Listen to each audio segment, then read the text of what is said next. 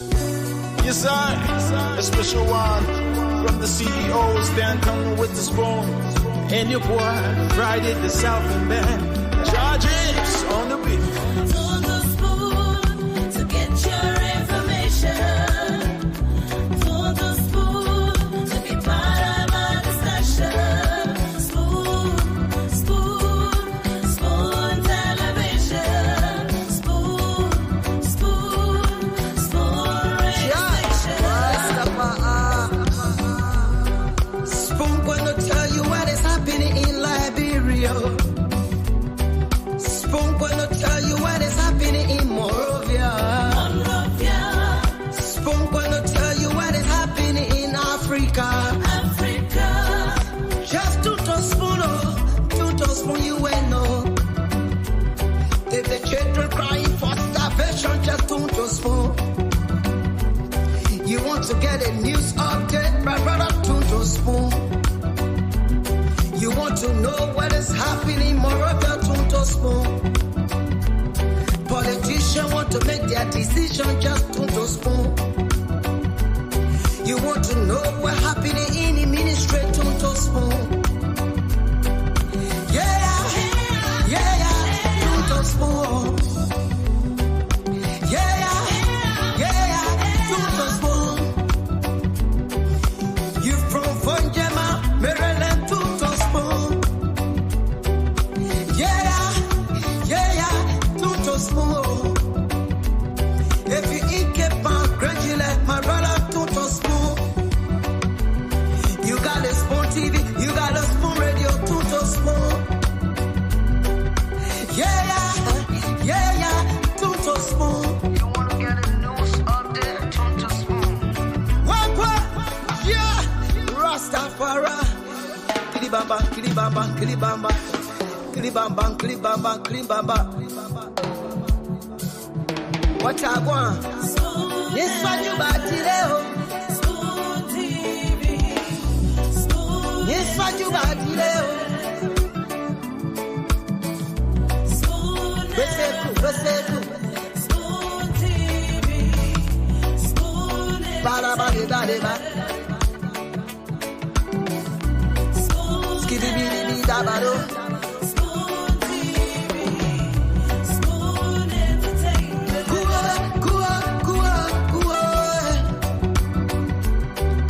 Beseku kudileo. Kudileo. On the spoon to get your information. On the spoon to be part of our discussion. Spoon television. Spoon radio station. Spoon television.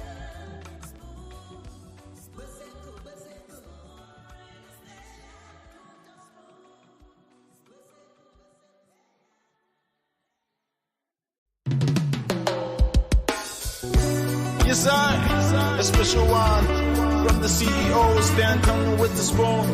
And your boy, Friday the Southern Band, Charges on the beat. On the spoon to get your information. On the spoon to be part of our discussion. Spoon, spoon, spoon television. Spoon, spoon, spoon radio station. Spoon gonna tell you what is happening in Liberia.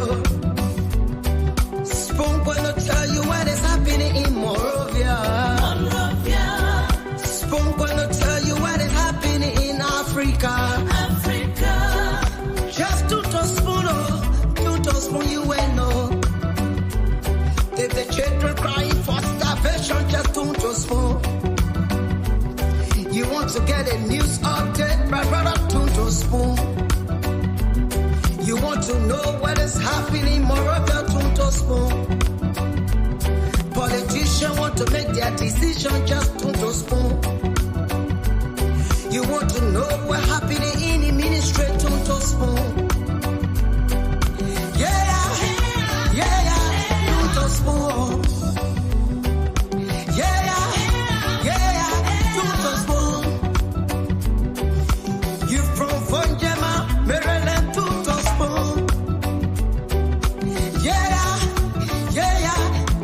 spoon.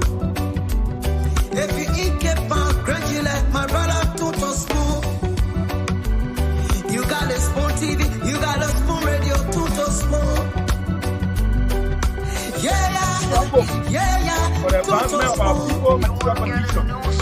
Tower the compatriots of the home front, ideologues and cadres, we extend you ultra revolutionary greetings from the southern yard and the zenith of Africa, odious progressive and pan-Africanist university campus-based students movement, the Vanguard Student Unification Party. So, when Mr. Joseph Human Boyka launched his presidential bid in 2023, the Republic was at the crossroads. The people were becoming increasingly disillusioned by their government over impunity of grand corruption. Emotional scars of the decades of the bloody civil war remain deep. Unemployment was high. Prices of basic goods and commodities were skyrocketing. Sparked by the government failed economic policy, the move of hope and excitement that greeted the election of Mr. George Weah 6 years earlier has shifted at least half of the Liberian population was yearning for change. Then came the 79 years old veteran politician who promised to rescue the country and its people. With 5 decades of working experience in the various governments, have served under former President William October as head of Liberia Produce Marketing Corporation. President Samuel Kamado as Agriculture Minister, Amos C. Sawyer as head of Corporation of National Refinery, and Honor President Erin Johnson Salif as Vice President of the Republic of Liberia.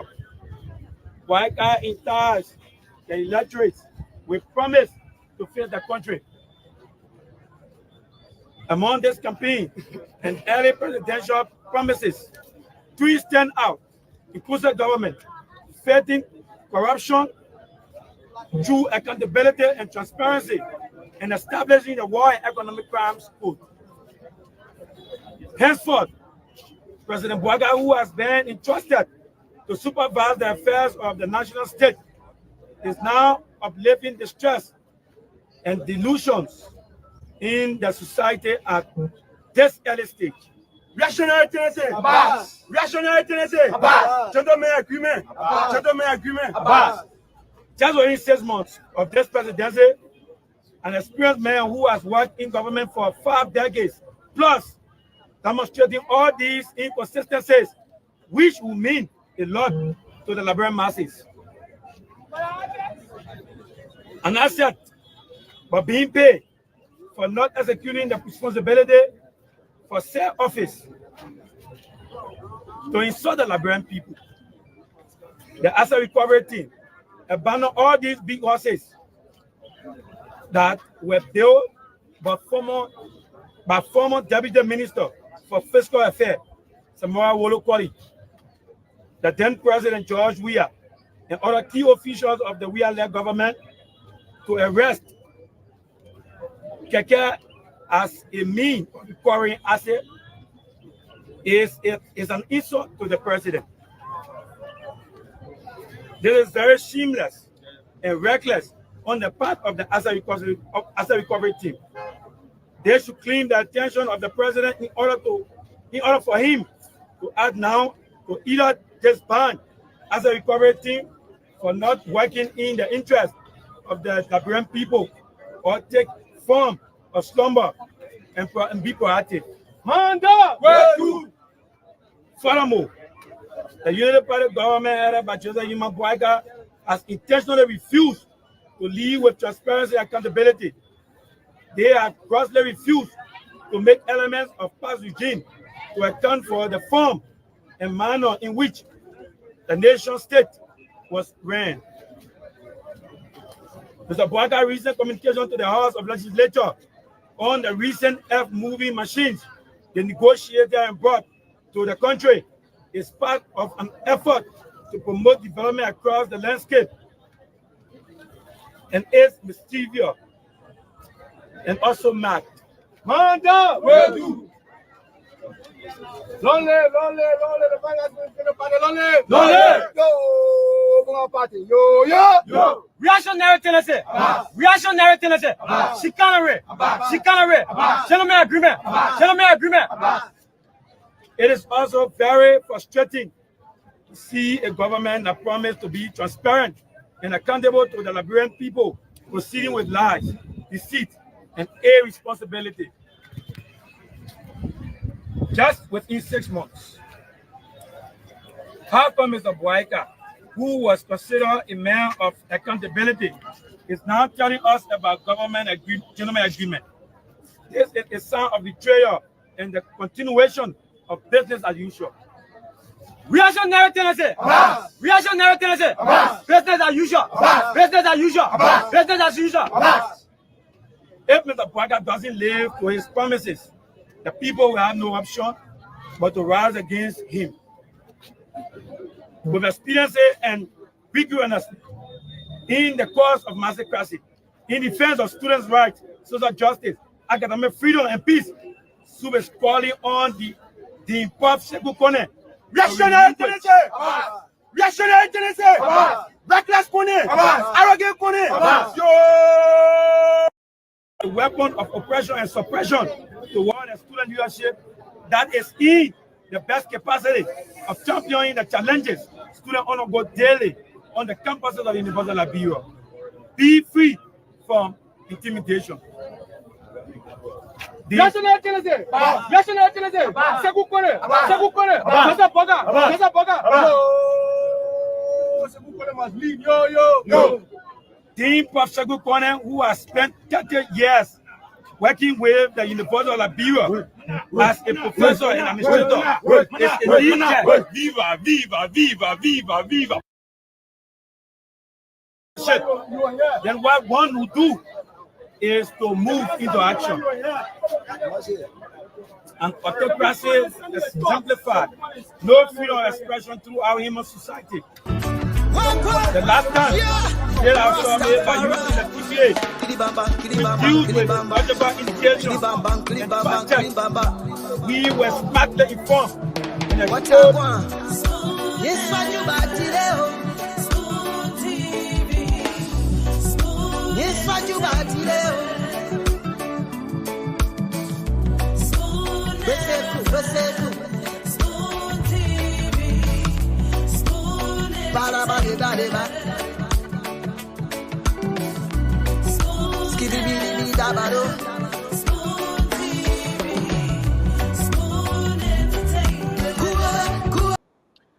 Okay, Spoon FM, Spoon TV, Spoon Entertainment, and I want to say welcome. We're here again tonight on another edition of the program. This is the Late Night Show, the Late Night Politics on Spoon. Thanks to all of you across the world for joining us. It's always a great thing coming here to talk about Liberia, to talk about the happenings, to express our thoughts with our diverse panel, to bring you an objective analysis on the issues unfolding in the country every single day. I'd like to say welcome to all of you across Radio Lane joining us tonight on 107.5 Spoon FM, 101.1 Fabric, and 95.5 Super. Thanks to the folks across Radio Lane, across the internet, joining us on Spoon TV, Fabric TV, and Super TV. I want to welcome all of you in a very special way. Kindly share the program as you come out tonight. Let's talk about Liberia. Let's talk about the happenings. You can join us on Spoon TV. Share the show as you come on. If you're joining us on Fabric TV, kindly share the show. On Super TV, share the show. And if you're joining us on YouTube, kindly give the program a thumbs up, and you can share it in your different chats as well. My name is Nelson Colette. This is going to be another great edition of the program. And thanks to all of you for joining us. Thanks to all of you who always make up time to be here. And let's hope we can have a great show tonight. I want to bring on the rest of the team, and we can get the show started. We're here for the next 2 hours to talk about Liberia, to bring you the updates, and make sure that we can elevate the national discourse. I see Anthony in the background. Anthony, your location. I see Francis is here already. Let me bring Francis on. Francis, welcome to the show tonight. It's good to have you on. Thank you, Nathan. It's good to be here. Thanks for always being here. Good morning to our folks in Liberia. Good afternoon, good evening, wherever you are. Let's talk Liberia. Yes, definitely. Let's talk Liberia and everything, man. But how was your weekend, Francis? The weekend was pretty good. I stayed in for the most part. It's hot over here. So you gotta try to stay cool, hang with the family, in the house. What did I do on Saturday? Saturday. Dang, I don't even know. But yeah, the weekend was good. It was good. How about you? Yeah, I had a great weekend as well. I had a great weekend. I went to church on Sunday. And then Saturday, what was it on Saturday? Okay, Saturday, yes, 1 or 2 stuff doing. Friday, the weekend starts on Friday. What did I do on Friday? Okay, so Friday, I was invited to serve as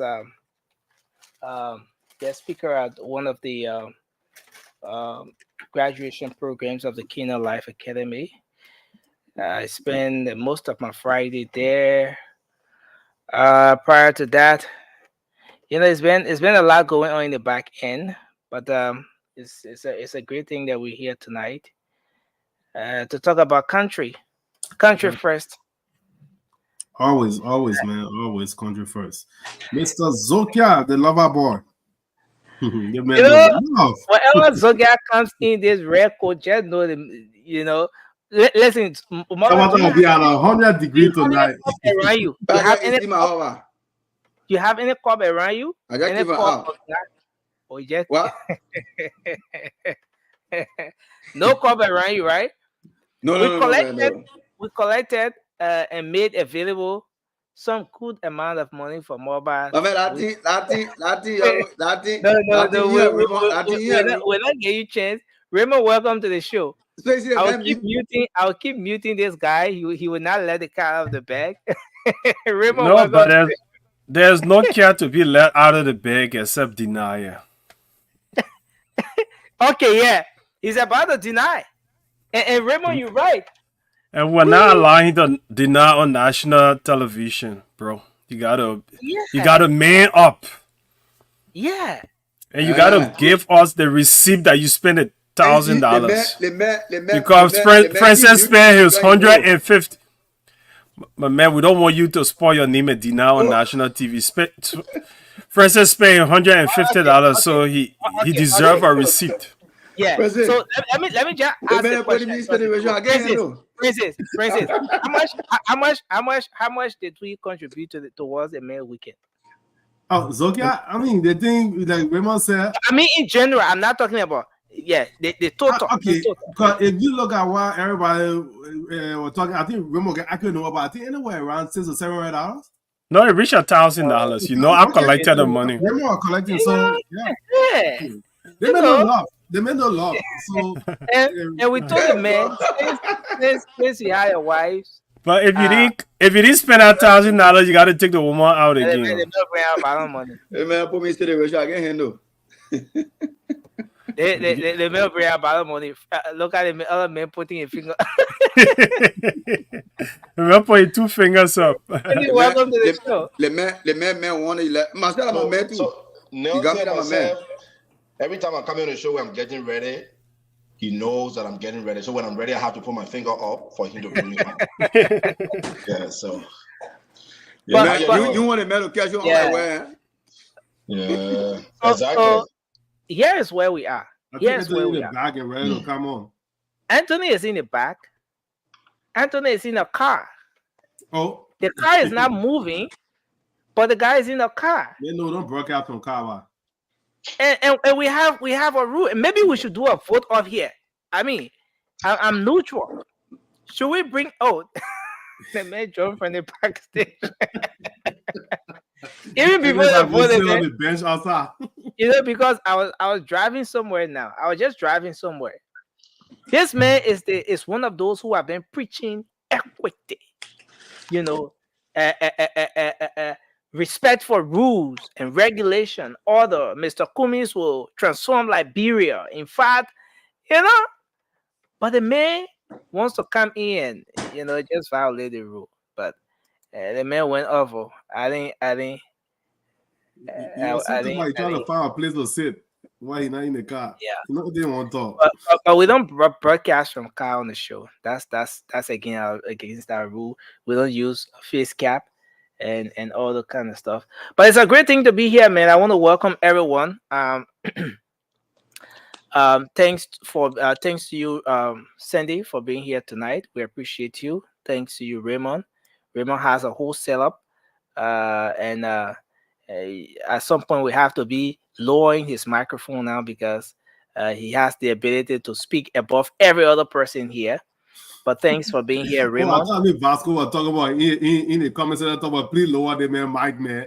So no, he's talking about Raymond. Raymond has a very sophisticated microphone. Moba, thanks for being here as well. I see Alfred. Alfred is trying to join in. Lee Kuan Yew. It's been a while. How many people want Lee Kuan Yew on tonight? I want my brother back, man. Let him make on, man. It's been a while. My man, don't worry. Look, Senator for Bumikande. Man, all of you here are prospective representatives and senators. We got to change the way people make law in our country and take advantage of our people. No, bro. That's why. No government. No, you see something? That's why we allow the wrong people. That's why we allow the wrong people in governance, because we put a boogeyman label on governance. And those who have the heart, who will not go there and stay away and want to build wealth honestly. And then those who want to corrupt, go and take advantage. So it's not about what you want, but about service. That's what I believe. Thank you. Thank you, Raymond. Let me bring Lee Kuan Yew on. Mr. Konowa, welcome to the show. Senator already. No, carry that man. We're going to be massive for that man. That's our senator in waiting. Carry that man. Bagu, you strong. Thank you so much. I've been out of this platform for quite a while. You become a family man now. Sometimes some decision has to be made, and as a result, you'll be carried away from what you love doing, for some time. But be it as it may, it's a pleasure to be here to share the platform with great people like Chilawi Sandy, my brother Raymond, my own brother from the West State Cluster, Moba Zoka. And also not forgetting my brother Francis. So that was the opening you just did. We'll go around the table. Don't it's good to have you, my brother. They may be out for a while, man. We miss you for a little bit. So it's good to be here tonight, guys, and I think we're gonna have a great show. I want us to just go ahead and do our opening. And Nelson, just so you know, I have changed my gadget. As you can see right now, it's very bright. Yeah. Everything look good. Definitely, I recognize that what you got on. Yeah. I even saw the clearness of your face and even the strain of your beard. I could even count them. Imagine that. But I want to welcome everyone, and a lot is going on in Liberia. But let's do our opening. Just before doing that, I want to say to our folks out there, kindly share the program as you come on tonight. As we take you through another edition of the late night show, the late night politics on Spoon. So many things going on in the country. Well,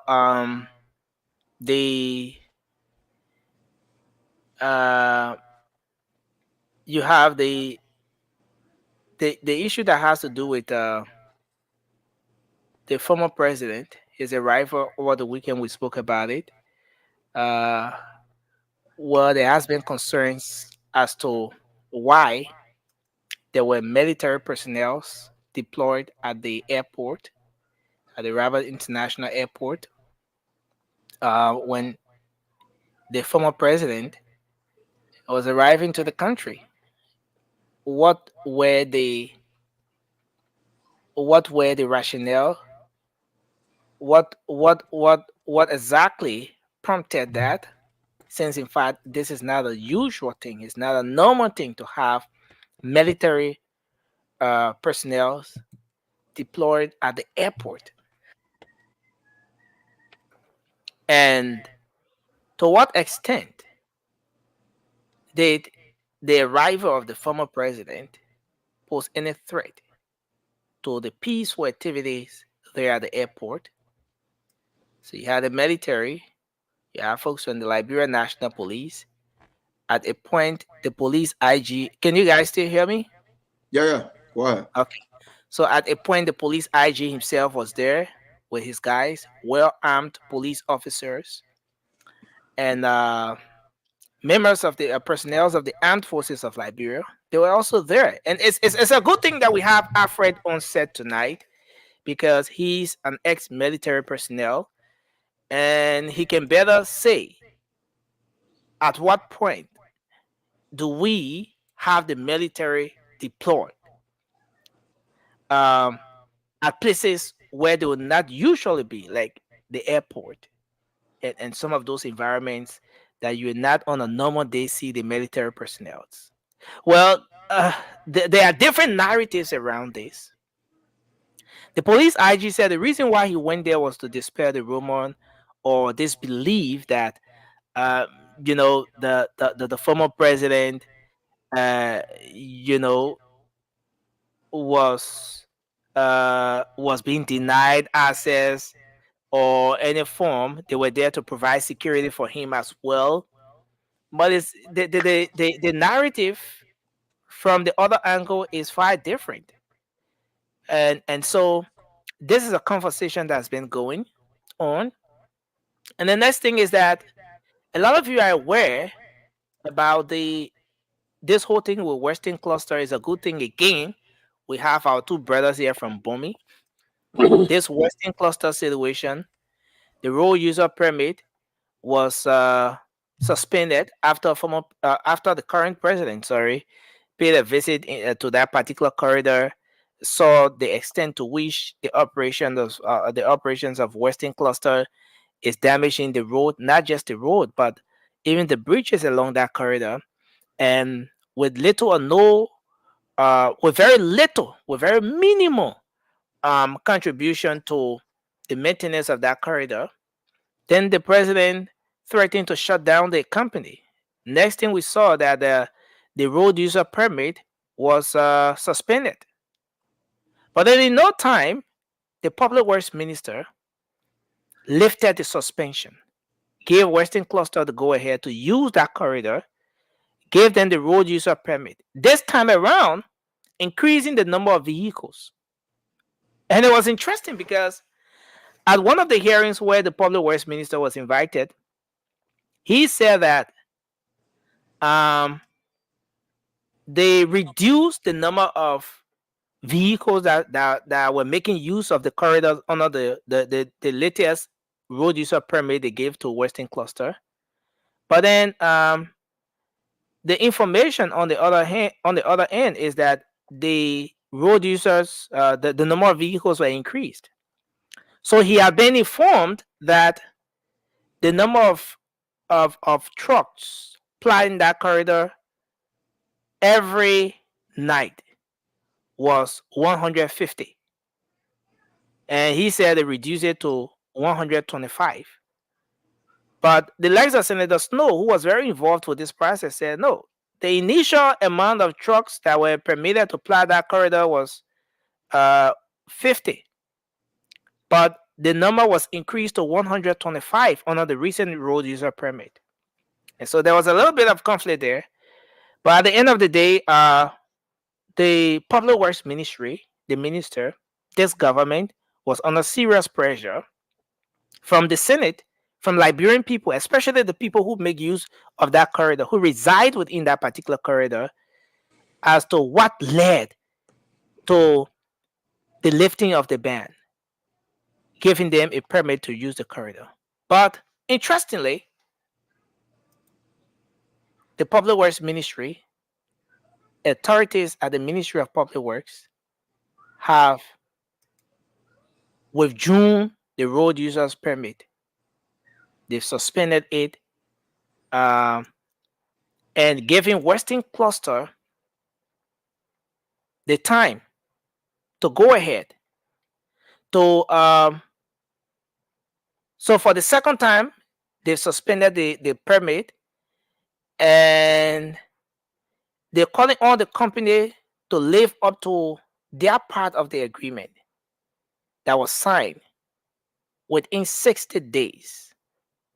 What exactly does the company have to do?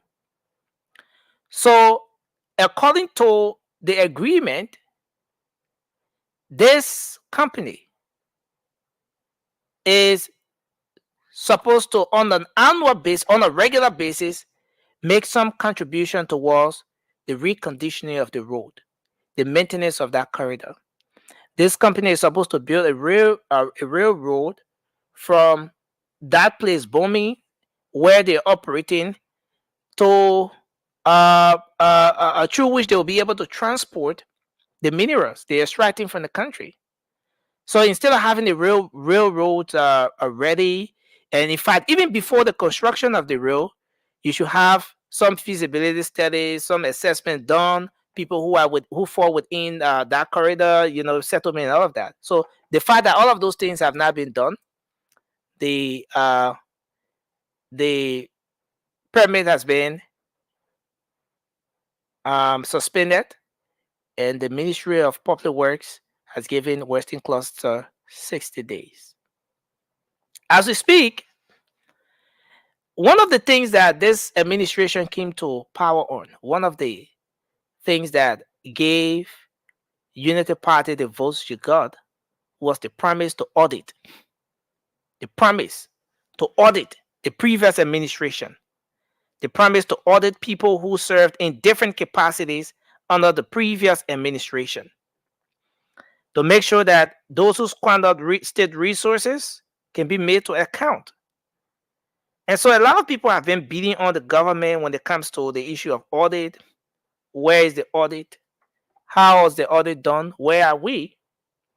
So reports, the audit reports from the period of 2019 to 2023 under the CDC government are going to be released gradually. The General Auditing Commission is now saying this. The legislature, the Joint Committee on Public Account, have started hearings on these different reports that are coming through. And of course, a lot will be revealed in the coming days when it comes to what the previous administration did. How did they conduct themselves? How did they manage the resources? And a lot is going to be revealed through these audit reports. There are so many of them, different entities, different audits were conducted. About 180 reports will be revealed to the Liberian people. So these are just some of the issues. The legislature set up a new committee on hydrocarbon, and that committee, the pro tem appointed last week, appointed Senator Edwin Melvin Snow to chair that committee. The committee is being co-chaired by Senator Johnny Quay. What does this mean? We're going to talk about all of those issues, the ones we can touch on before the close of the show. But I want us to do our opening quickly, and then we can move into the rest of the show. We can give all of the updates since, in fact, time is creeping on us so fast.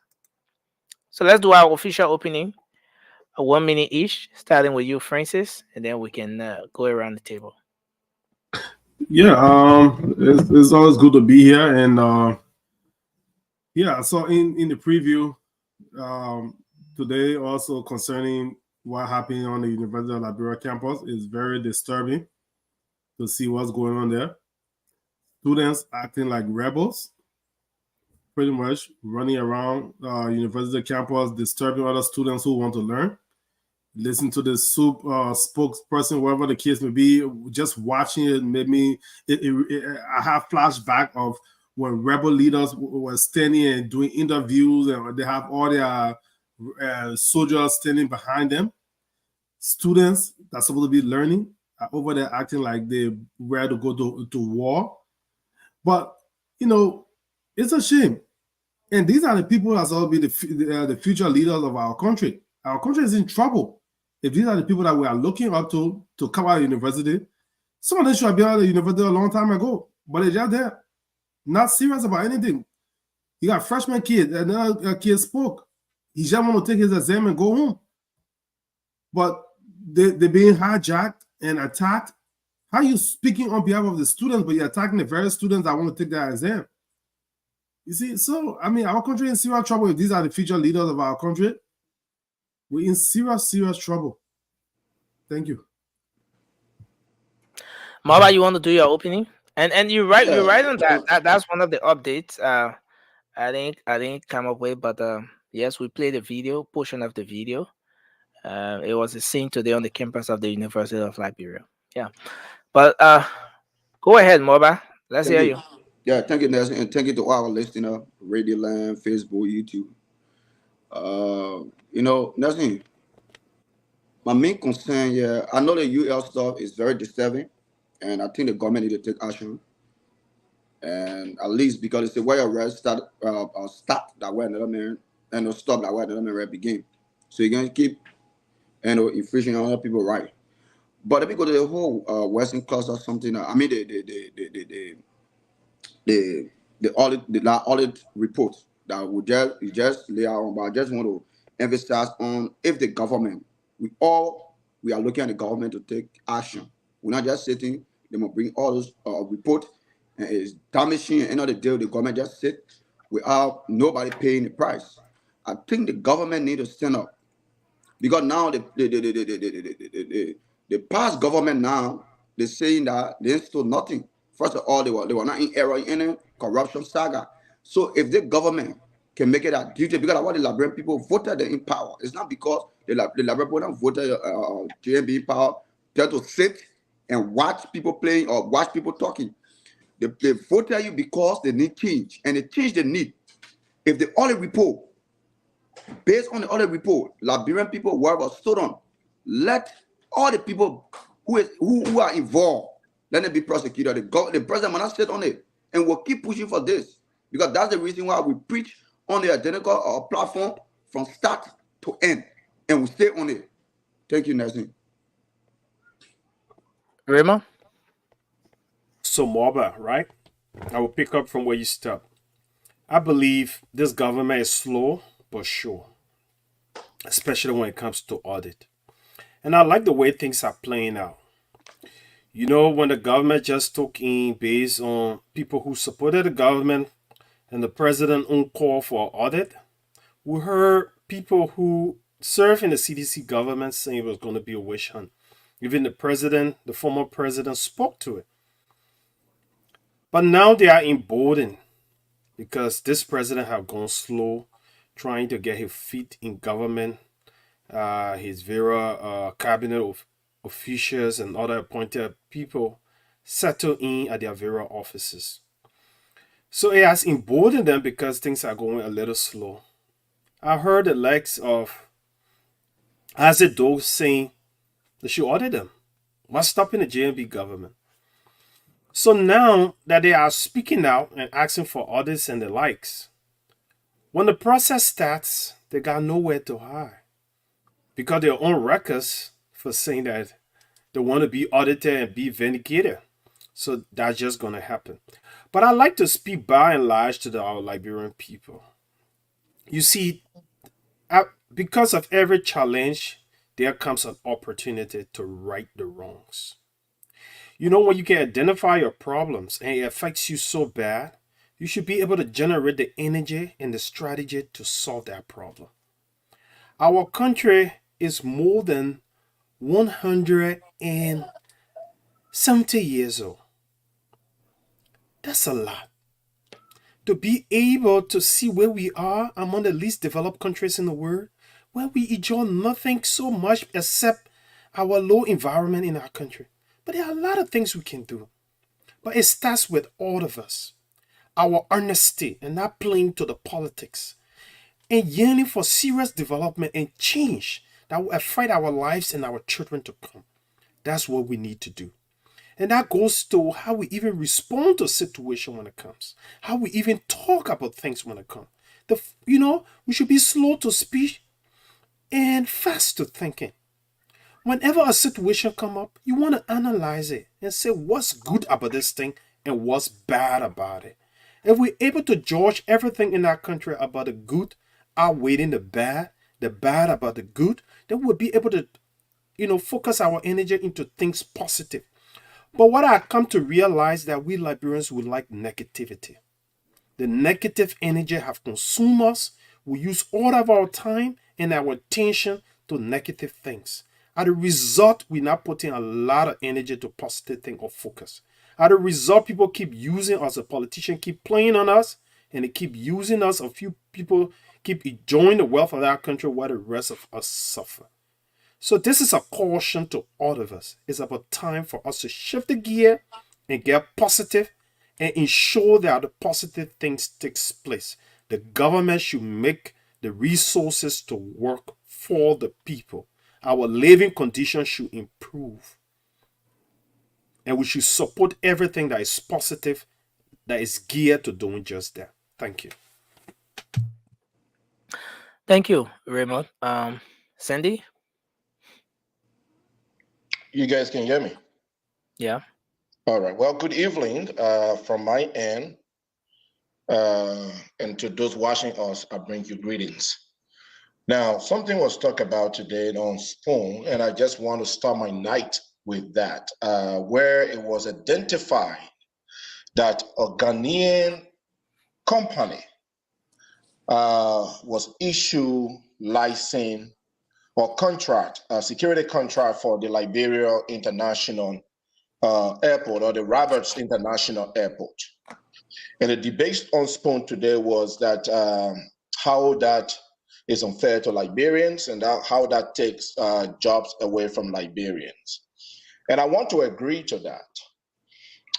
It is about time that we prioritize our own people. It is about time that Liberians are given the most of the preferences when it comes to contracts, when it comes to jobs, when it comes to investment in the country, and that should go across all sectors. Most of the stores you find in Liberia are owned by foreigners. Most of the businesses you find in Liberia are owned by foreigners, and now you find out that even in key areas like our airport, foreigners are being given major contracts. There are Liberians all around the world that I believe are, equally fit to own those, to take on those businesses. Look, it is important when you start to prioritize your people. It means that the money circles around your country. It don't leave your country. It stays within your country and build your economy. That's how it works. But when you start to prioritize foreigners, we do know very well that foreigners have interest in their individual countries. That's just the truth. We are here in the States. I mean, every work that we're doing here, at the end of the day, we want to send money back home, whether to build our little houses there or to take care of our family. So even though we are here, but our mind is on Liberia. That is the same thing for that Lebanese man who is in Liberia. His interest is to build his country, to develop his people. So it is time that we prioritize our people, Nelson. I'm going to end on this and say, and you guys are going to get tired with me when I talk about Rwanda, like you get tired with my brother Alfred when he talk about Singapore. But I bet you to go to Rwanda, 90 95%, at least 95% of the businesses are owned by the people, the local people. And if a foreigner should manage to get a business or bring any investment in Rwanda, 90% of the employees will be the local people at the very top. What that does is that it keeps the money in the country. Circulating, yeah. It circulates the money in the country. Your people are employed, your people are in power, and they are not being trashed by the foreigners. It is the opposite in Liberia. You go to Liberia, Nelson, you're there. Every major stores are foreigners. And the top employees in those stores are the foreigners. Our people are the security, our people are the sweepers, our people are just the bare minimum. And that is not okay. I want to congratulate President Paul Kagame of Rwanda, who won his election today, his re-election today with 99.15%. 99.15%. There were two other opposition candidates.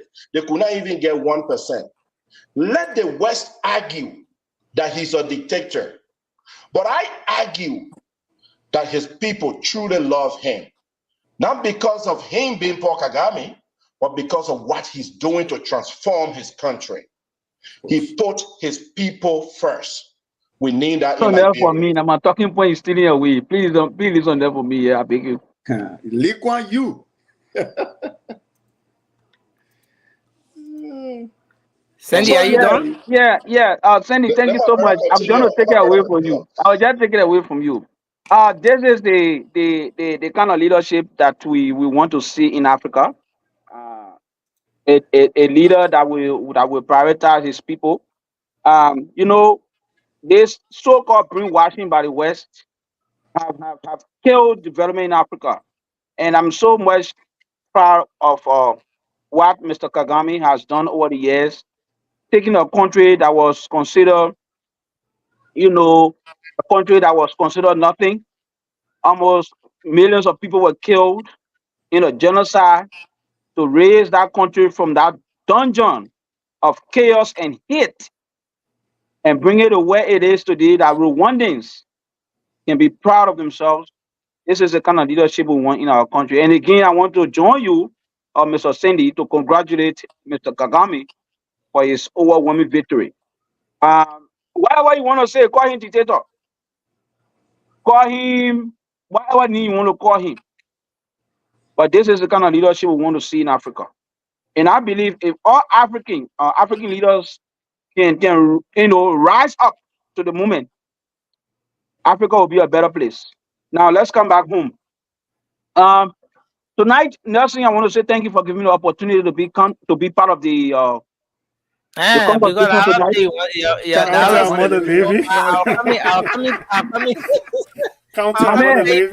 my man. I can listen to myself. I can listen to myself while I'm speaking. All right, so I can listen to myself while I'm speaking. So trust me, I'm very good at that. So, like I said again, I want to say thank you for giving me the opportunity to be part of the platform tonight. It has been a long time since I made my debut. But yes, my concern has been seriously drawn to the Senate Committee on Public Account, and I think this is the kind of leadership that we want to see.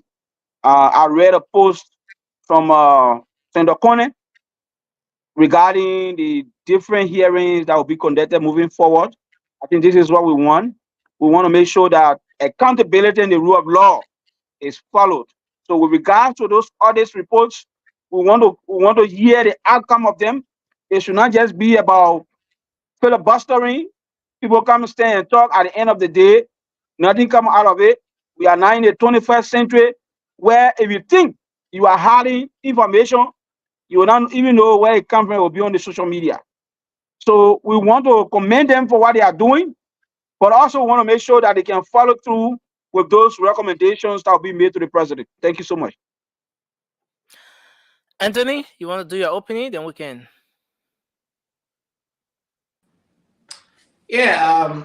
Good evening, everyone. I wasn't trying to circumvent the rules and regulations. I clearly wrote in the group chat that if it was possible, I was parked, but I didn't get a response. That's what I came on. And I saw that, I was being ignored. So I said, you know what? Let me just find a place I can be to join you guys. Um, yeah, congratulations to President King Abiy, but he did not just wake up one morning to be what he is. It was his leadership that led the people of Rwanda to, through their legislature, to change the constitution democratically by referendum that passed through the rightful processes, did it the right way, and the people voted for him, voted for that referendum, and it became a law. So now he can serve for lifetime. So every other presidential term, he will be eligible to run for president as long as he continues to do the good work. So it's his work that he put in from the beginning that turned the people to do the thing that they did. They did the same thing in Ivory Coast. The constitution was changed, and President Alassane Ouattara will also be running for his third term in Ivory Coast. It goes back again to the work Ouattara is doing in Ivory Coast. You saw the African Cup of Nations was hosted, and you saw the stadium that they built in the country. You saw the expressway. You saw the toll booth system. Right now, the subway system is being constructed in Ivory Coast. Subway system. It will be the first of its kind in West Africa, right? So he didn't just wake up one day.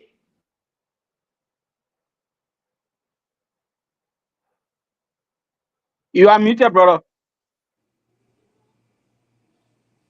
It's speaking for itself. The city is clean, the roads are very well paved, and all of that different things, and so many good things happening. So Burkina Faso right now just anointed Ibrahim Traoré and said, look, even though you came through coup d'etat, but guess what? You are president now. We'll see what you're doing. We like the way you're going. So once the people are happy with the way you are governing, you don't have to struggle. All we ask is do it the right way. Don't shove it down the people throat. So I'm excited to be here tonight so we can have a conversation regarding Liberia on a path and the trajectory we should take. Are we on the right foot trajectory? Are we doing things the wrong way? Some people will say yes, some people will say no. And I'm excited tonight to be here because we will have those conversations head on. Well, thank you, Anthony. And then finally, we'll take Vasco. Anyone coming after Vasco will meet us in the heat of the conversation. We're not doing opening in after Vasco. So Please go ahead. opening was doing as well? Yeah, 1 minute opening. Let me see how to use My man Vasco King later, me do 30 seconds. Come on. People say what means I they mean, interrupting. I look for a great show. I don't want to say much, so let's go ahead and start the show. Vasco, my brother, see, they make it listen to me. So, I mean, and I want us to start the conversation from here. I want us to start the conversation. And guys, tonight, we want to do the best we can in the best possible way to manage the time we have. So we're going to do 2 minutes across the board, 2 minutes across the table. We hope each speaker will live up to the time or work within that time, 2 minutes, so we can touch on the other conversations we have here tonight, please. So if we can do 2 minutes across the table, for example, we'll be taking about 15 minutes or so. And then on each topic, we can cover as many. But I want us to start the conversation from here. We're going to go into the other issues. A lot to talk about, especially fresh from the weekend. So many things will happen over the week that you want to dive into. But I want us to start the conversation from here. What you guys see right here. And I started the conversation by saying that it's a good thing we have Alfred on tonight. Alfred is an ex-military personnel. And you can see what you have right on the screen here. AFL personnel at the airport during the arrival of former President George Weah. And you have well-armed police officers as well on the airport during the arrival. Now, is this a normal practice? And I want us to take the conversation from here. Is there any reason why this should be of concern? Now, we know that the former president announced his arrival. And I know you talk about this, people say, oh, why are we talking about the former president? No, but this is very important because there is a narrative that is being carried relative to what you see right here on the stream. Some people perceive this or interpret this as this current administration tries to instill fear in one group of Liberians who decided to gather in a particular place to welcome someone who has some sort of influence on them. While the other group see it as a duty, a responsibility that was being performed here by state security to make sure that regardless of who it is, who that person is that's coming to the country, that security is provided. At the airport, for example. But is it the regular thing where maybe when we have dignitaries coming to the country, we will have the senators or former President Ellen Johnson Sirleaf coming to the country? Is it a regular thing where we have well-armed state security posted at the airport? During the arrival of President Sirleaf, for example, she has made so many international trips. She's gone in and out of the country. I mean, is there any reason why this right here, this right on the string here, should be of concern to any Liberian? Was it just in the spirit with the intent of providing security? I mean, let's start the conversation from here. Alfred, we're going to start with you because let's take on the conversation from your end. And I want us to do 2 minutes, please, guys. Let's do 2 minutes each on this because we want to do justice to the other issues we have to talk about tonight. Well, thank you so much, Nelson. First of all, I want to say that I am not in the country. I'm a former military person. So with regards to what went on the airport, I can tell you because I don't have the operational scope as it relates to the deployment of the AFL on the airport. But what I can say to you from the generality of things, to just correct that to say the AFL is not deployed, the AFL is already deployed on the airport. They are always there. But just that, on a given day, you have the airport people running their show. So, no, Alfred, I want to interrupt you there a bit. And I like the disclaimer you try to provide from the very start of this conversation, right? Alfred, you served in the military for so many years. Right. Was it a normal, or is it a normal practice? I know, yes, you have AFL personnel deployed at the airport. But on a normal day, if you went there, you are not easy to notice the presence of the AFL personnel. You're not easy to notice the presence of well-armed state security there, as compared to what you see right here on the screen. So Nelson, like I said to you again, I do not have the operational scope as it relates to the event that occurred at the airport where you have to see military people deployed. But what I can say to you is what went on at the airport, again, like I said, I don't have all the security intelligence, so to speak, to really tell you exactly why you think they should be there or why they should not be there. But what I know is that the AFL is already deployed at the airport, and the Constitution is very clear as to their operations. So if the police, based on intelligence that they have received, and they call for backup, and they want the intervention of the AFL, they are always ready 24/7 to provide that backup. Again, Alfred, I want to do a follow up on this. Your 2 minutes is already over, but I will give you 30 seconds because I want us to get something clear. Now, you just spoke of based on intelligence. Based on intelligence, if the police or the number of guys that are there deployed, if they need a backup, if they need a backup, then they can request for it. Yes.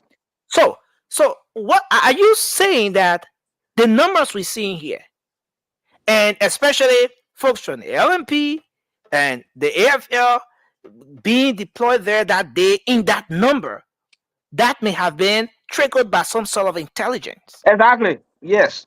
I will tell you that for sure. That might have triggered some sort of intelligence. So, like I say again, I guess issue here for me, I don't want to be much political today. I want to be more or less, speak from a security angle, in terms of operation and all of that. But I would say this: our brothers on the other side think that because President we have built a lodge at the airport, so they own it. So the the former president can come anytime. They can walk over there anytime to welcome me any way they want. You understand? That's how they think. But I will tell you that the presidential launch at the Robertson National Airport is a national entity. It's a government property. All right. So if a VIP is coming in, and the way the guys can do it, to cause chaos, nobody wants for that place to be destroyed. Because remember now, the CDC have been complaining that former President we have not been receiving the preferential treatment that he's supposed to receive. So, like I said again, based on the intelligence at the airport, may have triggered the AFL to deploy. Thank you. You know? Thank you. And it's very important. Is a good thing that you came in with that. But let's move to Sandy a bit, and then we're gonna come to Anthony, and then we take Vasco, and then we'll bring Remo and the rest of the guys in. Sandy, your thoughts on this? I don't want us to go too much into that large thing because we've discussed it a lot. We've had lots of conversations around it. I want us to look at it from the security perspective and this whole narrative. I want us to make some analysis around it. Former president is coming to the country. His team, his group, his supporters announced that they're going to the airport in their numbers to receive him. Next thing you know, that there's a huge deployment of state security, well armed. That's something I want us to make some analysis around. Sandy, let's hear you. Your 2 minutes. Nelson, I don't want to position myself as someone who knows everything on this show. So I respect the view of Alfred, being a former member of the AFL. Yeah. I also, while Alfred was speaking, I looked up a little research, and I could be wrong on the timeline, but Liberia, under the what they call the Act to Arm the Executive Law of 1972, it provides security to current and former president, and such security can include members of the armed forces of Liberia and the Liberia National Police. Again, it's just a research that I did, and I'm being informed that that is possible. I know very well that the president security detail has police officer because I actually have a family member who is currently still serving President Weah from the Liberia National Police. I'm not going to disclose any name. Now, based on what Alfred just told us, it's possible that there was some intelligent issue concern that were flagged that, hey, the president is coming. We heard, maybe people might be coming around and, we need extra security here. It could be. I mean, if this is a concern, I would like for the current Liberia leadership to speak on it, and maybe let them tell us why the former president had a huge number of security receiving him at the national airport. I think the concern here is that this is not usual, right? This is not typical. Yeah. We haven't really seen it, right? For, let's say, former President Sirleaf, or even current President Joseph Yuma Boakai. I don't think I've seen that huge number of member of the armed forces and police folks drawing to the airport to receive them.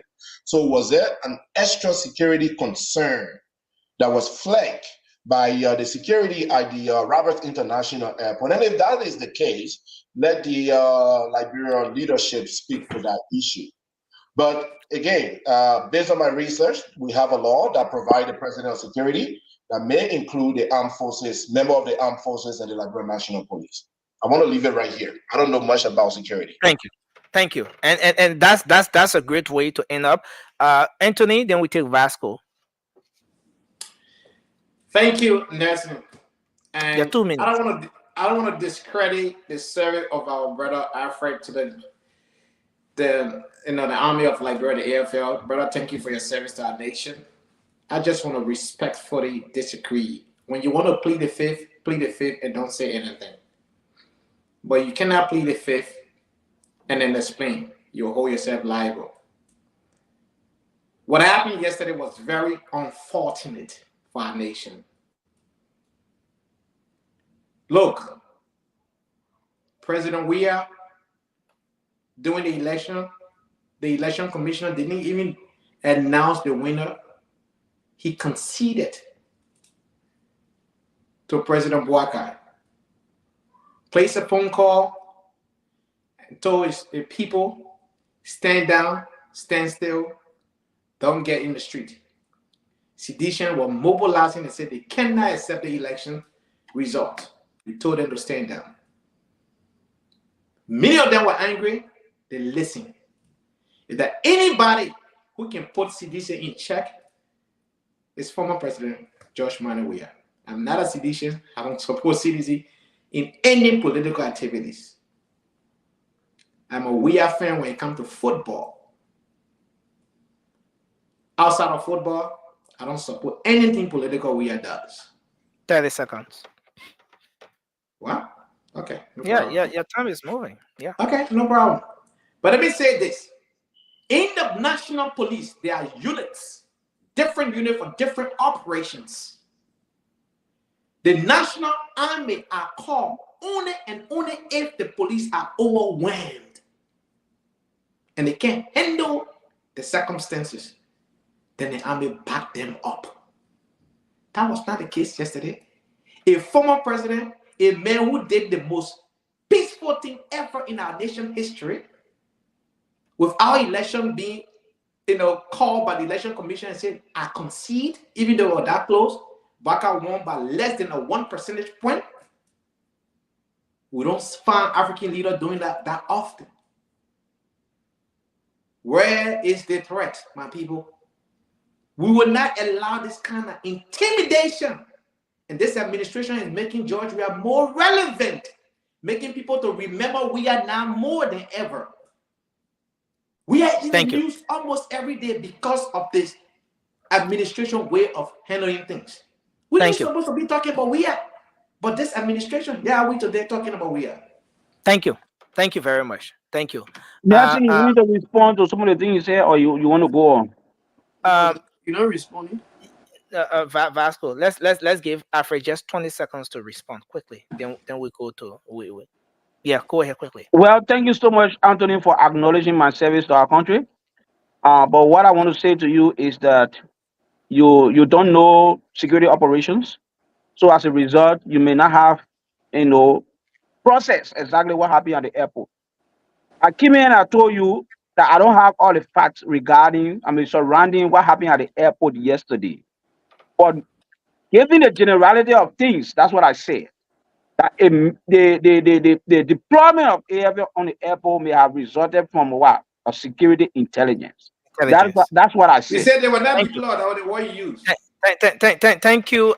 Let's hold you there, and based on the views expressed, we want to go to Raymond first, then we're going to come to Vasco. Well, some Liberians are so obsessed with the name George Weah, they can't have a discussion without adding a spin. My brother said he's only a fan. Raymond, for some reason you're coming in low today. Can you? Yeah, you told me to come in low. Turn up the volume a bit. Yeah, or maybe because I'm a soccer fan or not political fan. Yeah, go ahead, Raymond. Some people are so obsessed with George Weah, they've become a fanatic. They will not say a word without a phrase without mentioning his name, because then no appetite to discuss the issue. They put a political spin to everything. And this has to stop. You didn't support George Weah politically, but as far as we can recall, during the elections, during the second rounds, everything that came out of your label pro-Weah. You only got it coming banner on you, but you don't speak for Comey as much as you speak for George Weah. Fights. You don't defend Cummings. You defend George Weah all the time. So you in disguise, and stop the trickery. You're speaking to Anthony? No, I'm speaking general. But Anthony is the only ANC. Okay. Anthony was Recently, Raymond just been attacking the federal you know, penalty. but go I'm ahead. speaking general. I call I Anthony will name. have my 20 seconds. I didn't Go call ahead. Anthony name. I'm speaking general. But what happened at the airport? We know everywhere in the world security is about intelligence. And security is not playing the public glare. It's not about public opinion or sentiments. This government has the responsibility to provide security to the nation. The airport is the gateway of the nation. Probably what happened has nothing to do with George Weah. We know it was the AFL that confiscated the drugs at the airport when that was linked with Finabondo. We know multiple times that the CDC have been involved with violence since the Ellen Johnson Sirleaf days. The only political party that had an engagement with the UNMIL, the CDC. CDC on an occasion ransacked Cummings and Yeke Kolba. We know what happened. Every political violence in our country, CDC has been involved. During the 2017 election, CDC ransacked Cummings headquarters in Nimba, stole vehicles, stole computers, stole generator. The only political party that has a violence label on them is CDC. We can't come here and play and pretend we do not know what it means when CDC is involved in a thing. When Bromsky was alive, CDC overran Liberty Party headquarters.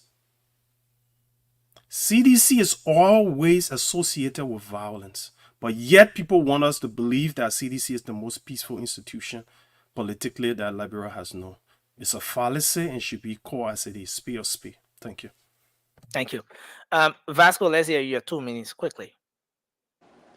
Thank you, Nelson.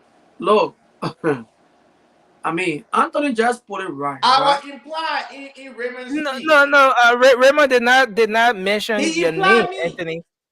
No, but Cindy We is are all also from intelligent people ANC. here. Cindy has been an ANC supporter. He's on this platform. So when Raymond said ANC, you know, he didn't call your name, Anthony. I just want us to You can to play that move devil on. advocate. I will get my time and I was smoking. Okay, go ahead, Vasco. Let's hear you. Yeah, like I said, Anthony put it right. Okay, you know, Liberia right now, it is south of our country. To have a leader who is so divisive. Like the last time I said, this man just sitting up there in the marshal, but he don't even know what is happening in the country. Liberia, where we came from, one of our major things that we should rather put on top there is reconciliation. You just came from an election. Looking at this man as the opposition right now, looking at the strength this man has, looking at the kind of voice that this man has, if we keep provoking this man and one day this man open up and give a command for a partisan. But what exactly was provoking about this thing? Vasco, how was deploying the AFL personnel at the airport in any way a form of provocation? Nelson, first of all, look at the individual. Is President Weah a security threat to Liberia? Are you a security personnel? Nelson, Anthony just make it clear here. When the police is overwhelmed, that's the only time they can send for backup. AFL is already deployed at the airport. You saw Gregor Komoki with your own men at the airport. What was the threat? This was the reason why the president, the party even said there will be no formal program. So they got few people to go and welcome the president, the former president. So what? You already been stopping this man from using the VIP lounge. He accepted it. Why carry armed people at the airport when the man is coming back to the country? This is wrong, but people, I mean, you can spin it any kind of way you want to spin it. But everything I will blame it on the president. Look, the things that have been happening to the former president. 20 seconds. This current president have never spoken on what his people keep doing to the president. And when he was former vice president, President Weah was so good to him. Very nice to him. He never one day allowed people to disrespect him as former president. But he keep doing it. And these people are dividing the country, and we are putting politics on it. Thank you very much, Vasco. Let's go there and bring Francis in. Francis, go ahead. Yeah, I'm not going to speak to the military aspect of things, the deployment of the armed forces of Liberia, no. But I just want to let our people know, and this is ridiculous how we try to give a Nobel Peace Prize to former President Weah for accepting the election. Shame on, it's an embarrassment. Are we that barbaric in Africa that when somebody lose an election, it should be turmoil? People should go and take to the street and start fighting war? Should we give people Nobel Peace Prizes for accepting a result? He lost the election. That's no flex to say he has. Oh, he's so peaceful. He's so almighty that he accepted the result. That's what people do. That's what decent people do. And if we are considering ourselves to be decent people, we should not make it a big deal that somebody did the decent thing to say, oh, he accepted the result before even the election. If our brother to sit here, listen to how they speak. When Liberian people, let me speak out Liberian my last minute some seconds. Do not listen to the people that talk about there are people and our people. We are one people in Liberia. So when our brother Vasco talk about, oh, let's keep pushing, when he get comment to him, people, President, we are nowhere for President Chancellor is laying out right now. Let him try anything. The head got plenty of room. Anybody try nonsense in our country cost the life of our people. The head, they still building plenty of room there. So let me tell you, Liberian people, don't listen to these people. We're all talking here on the internet that will come with our opinions. But after election, we are all one people. When you listen to some of the things that they talk about, the corruption on the energy Jordan Sirleaf, now United Party is people in jail. Some of them were even still hungry. The corruption that happened under George Weah, CDC people, they're still hungry. If corruption happened under this leaders, this current United Party government, United Party, CDC, Liberian people will still be hungry. 2029 coming, all our people should do is sit down and watch what's happening and get information to guide your vote. Do not listen to people say, Baka people, we are people. We are one Liberia. When the world look at us, they don't look at the embarrassment and say, oh, that we are people or that Baka people. Don't let them divide us on party line every single time. Election time, yes. Take the platform that makes sense to you, the policy that makes sense to you, and follow it. But nobody should glorify any leader that did. It will consider us to be decent Liberians. If somebody accept the election result, that's a decent thing to do. That's not a Nobel Peace Prize activity. Thank you. Thank you, Francis. Thank you. Moba, take your 2 minutes quickly as we make our transition. Yeah, thank you, Nessie. Nessie, I want to suggest something, Nessie. It will be fair to the audience and everyone of us that our 2 minutes be displayed. Thank you. 2 minutes start. Yeah, okay, so people are talking more than me, and you say my 2 minutes were over. So just display the clock, please. Thank you. Right. Okay.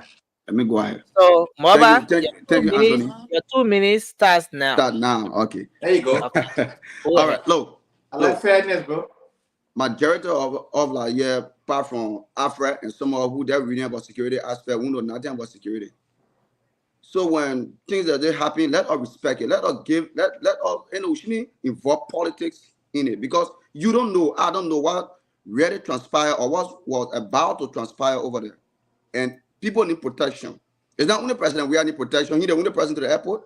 They got private citizens who they got people who coming in and out. They got investor, foreigner. So they all need protection. We don't know. So when we come here, let that discuss the issue instead of mixing it with politics. Because everything people, anything the government do now, people will come back and politicize it. Oh, we all know Joy is a peaceful man. We agree. He's a peaceful man. And I hold him even before they could even deploy people. We saw posts from the left I said do like a beyond spoon, inciting violence. We saw posts from Askawa Gray, inciting violence. So we need people that place the airport. That's CDC headquarters over there. What people that go do things? That where investor pass to enter the country. That where private citizens, and we're talking about deploying AFL. You forget it to know. First one, you know what time bro. You forget it to know. When you leave the airport, before that whole entrance on your right, with what I can't you know AFL can be over there. AFL area over there, nursing. That's where they can be. When you go, before taking your car, like AFL over there, get a ticket. I hope that AFL not police. So we shouldn't come here, police ask anything. So let me just say, the last time I went to that portion of the airport, that particular place you're talking about, I was served a ticket because I parked in there. When I was making my way out, it was not an AFL personnel that took the ticket from me. However, I saw an AFL personnel standing there who was armed. One person. No, one person. I agree. So I just, since you had to drag me into it, I thought to just provide that information. Let me conclude. That's what I do about it. But you've concluded. It's already 2 minutes. But you don't have the time. Mother, he has the time. It's already 2 minutes. No problem. I said them bring the clock. No, but Anthony, you're not hijack the show. You're not hijack the show. I want to conclude. I want to conclude. Process because I want to give you facts. Okay, let me give you you're 2 minutes over, my man. No, Anthony. Let's give more about 20 seconds quickly. Yeah, my man. I want Anthony low, but Nelson to call matter sure, right? The government is under obligation to protect every citizen, including the former president. So if the president sent AFL or police over there, it means to say Joe, we are coming for people. No, maybe they get something like private or security intelligence. So they got to work in line with that identical hands up the gap. So they were right. So people shouldn't come and be politicizing everything. Thank you very much. Going after Joe, we are a popular man. Thanks a lot. I really want us to transition now because we have a lot to talk about here. We want to make the most of the little time we have. Raymond, I see your hand up. I just want to provide information that even when Omeo was there, Omeo military presence were at the airport all the time. Okay. Yeah. They were not like the way they were. Thank you. The other day when President Thank you, Raymond. Now I want us to transition now, because we have a lot to talk about tonight. Now, this government was elected on a pillow that highlighted the issue of transparency and accountability, good governance, and everything. Respect for the rule of law. I don't want to go in that whole arrest, arrangement. But and a key amongst the many things that were being discussed was that this government was going to audit the previous administration. The current president mentioned that even on an interview that we are always playing here. He said they will audit during his interview on the VOA, and he was asked, how do you do it in a way where it doesn't seem as if you are witch hunting, you're targeting a particular group of people? And he said, regardless of who you are, in fact, we are going to bring independent, well-trained people who have some level of credibility to form part of this audit process.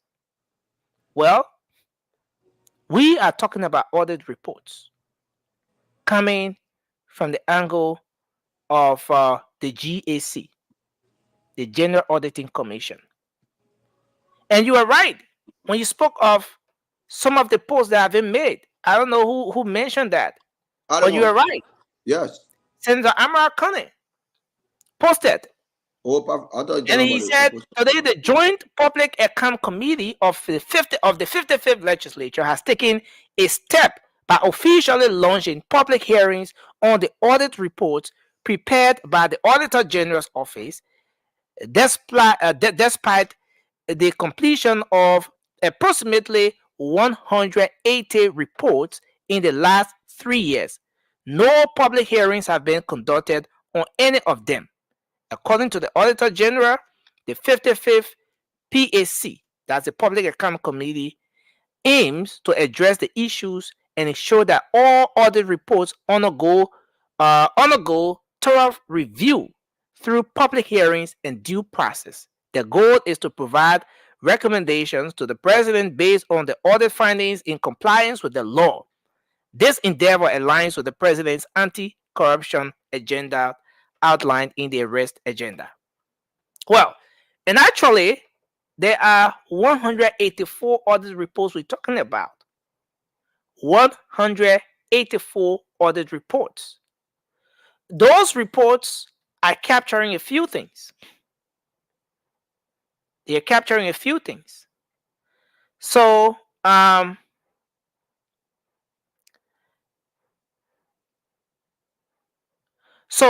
they're capturing several entities of government.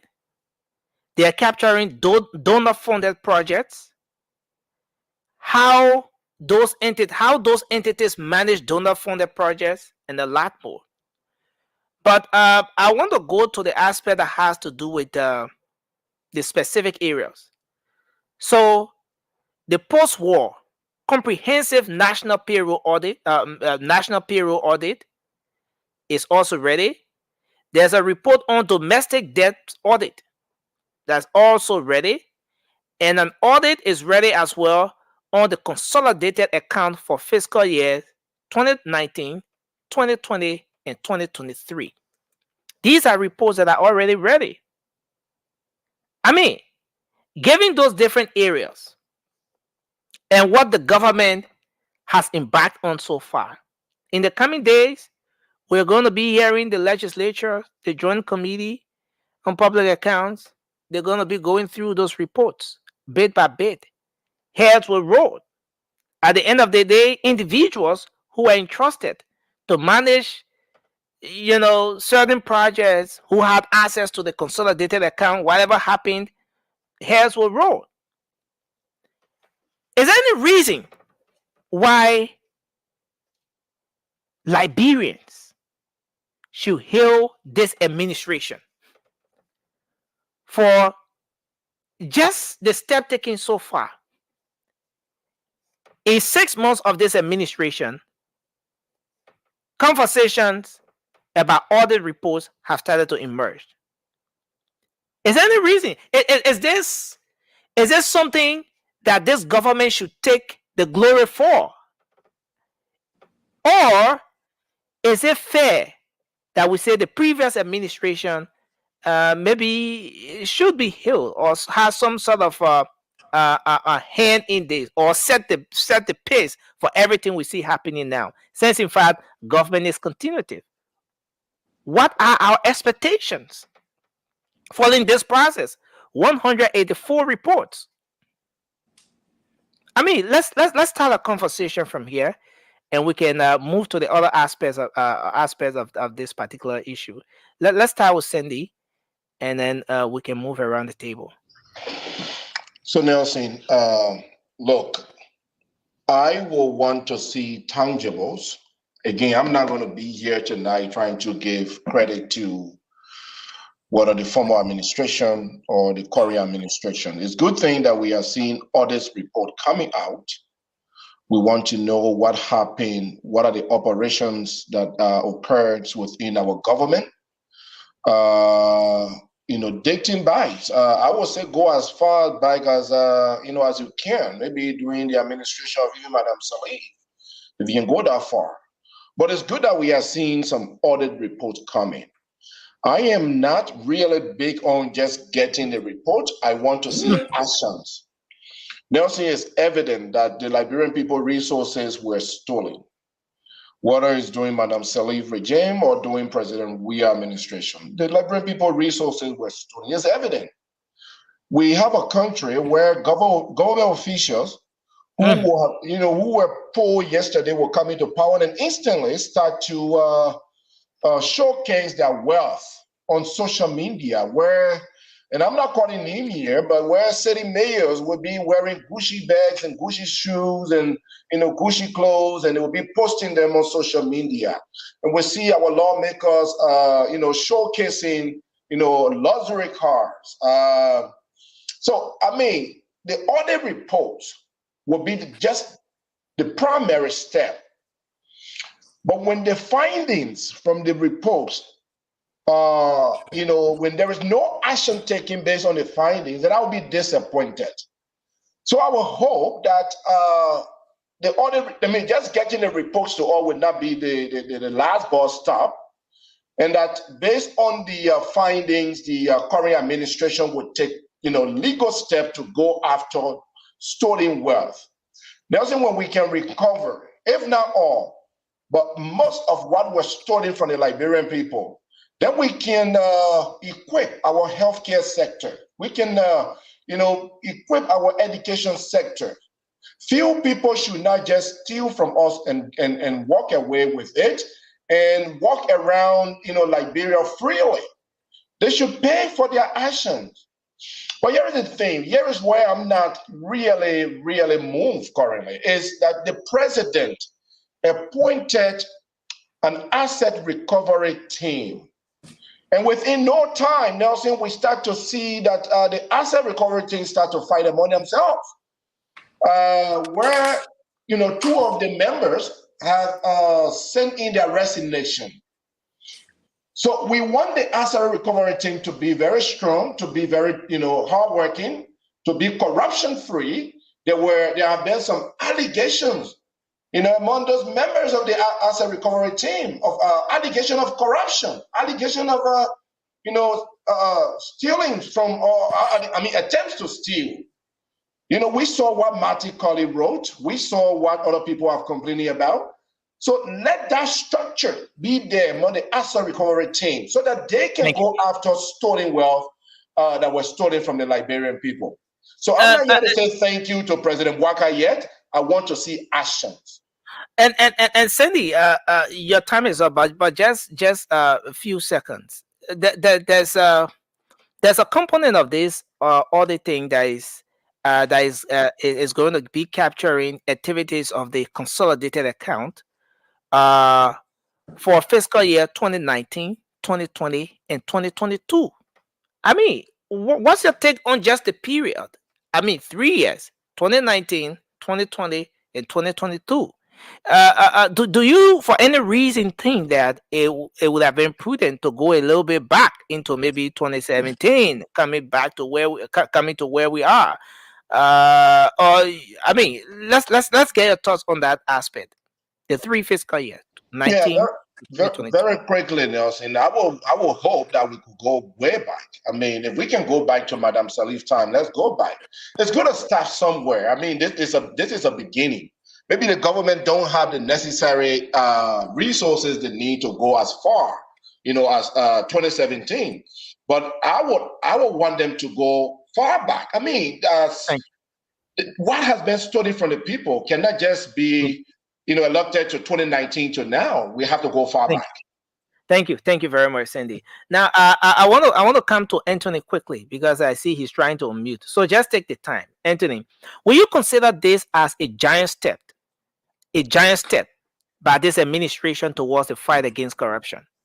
No, I won't say a giant step. It's a good step in the right direction, but I won't say a giant. Here's the reason why I won't say the word giant. You're coming in. You gotta be very careful with wording here.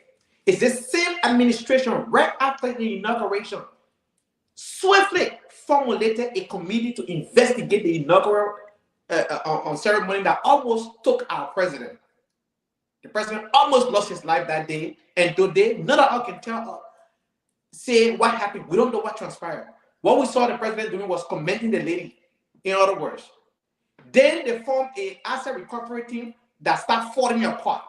Then they went and said, they're investigating things about, what happened with the drug agency, the DEA, 2 bosses. We don't know what happened. Then we have the yellow. But the investigation is still ongoing for the LDEA. The investigation is ongoing. Okay, the report is I understand the report is being submitted to the president. He's going to take a decision from there. Yeah, but we did not get anything about the inaugural program. We almost lost the president. It was a national disaster and a national embarrassment to our nation. We had a lot of dignitaries in the country, and up to this date, we don't know what happened.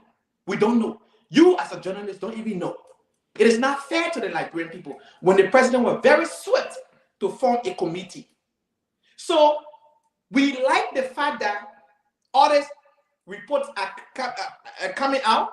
We want to know what that report leads, what occurred, who will be liable, and what the punishment thereof. Because one good thing we do as Liberians, we love the investigation. But nobody is held accountable for all these different investigations that takes taxpayer dollars. We need actions. That is my frustration here. So yes, it's a good step, but I'm cautious here, not to say giant step, because the end result here is people being held liable of their actions. We have Yellow Machine debacle here that they just said, gentlemen, agreement without following the law, right? The Unity Party is very good at propaganda, and individual here will not address the issue, but they will come attacking Anthony Gate because they are so emotional. They cannot wait to have their turn to speak, and they will leave the information and come after Anthony Gate when they know what I'm saying. They are all factual stuff. I'm not making nothing up here. I have nothing personal against it. So when you have your opportunity to speak, just speak to the issue and forget about Anthony Gate. Because if your intellectual street is to attack Anthony Gate, that's a clear sign of weakness. Thank you, Address Anthony. the issue. Thank you Thank very you, much. Anthony. I want to hold you there. Let's bring Raymond in, and then we'll bring Alfred next. Some fights are delusional. They exist only in utopia, not in the scope of reality. Which fight? That's a line from a book that I'm not trying to write. No, don't be the Maggie who was indirectly attacking Josh. He started quoting Bible verses. No. If you want to speak to Anthony, speak to Bro, Anthony. I'm trying to promote a book that one book that doesn't have a title, and then you. it's a book that I'm trying to write, so I'm trying to promote my book. You try to write the People will laugh because they will laugh because they don't want to say. No. Anthony, is let's give Remo his time. Remo, go ahead. I'm resetting your. I will repeat my line so the Liberians can get to know it. So when they read it in the book, it will be almost like they've encountered it before. Some fights are delusional because they exist only in the scope of utopia and not in reality. Talking about the issues of corruption, investigation, and holding corporates liable is something that can be overstated. The only reason why we are among the least developed country on the list of the poorest nation, number 5, is because of impunity and the lack of investigation and holding people liable for their actions in public offices. People who come to public office in no time get overnight rich, where their salary can make no sense as to their wealth.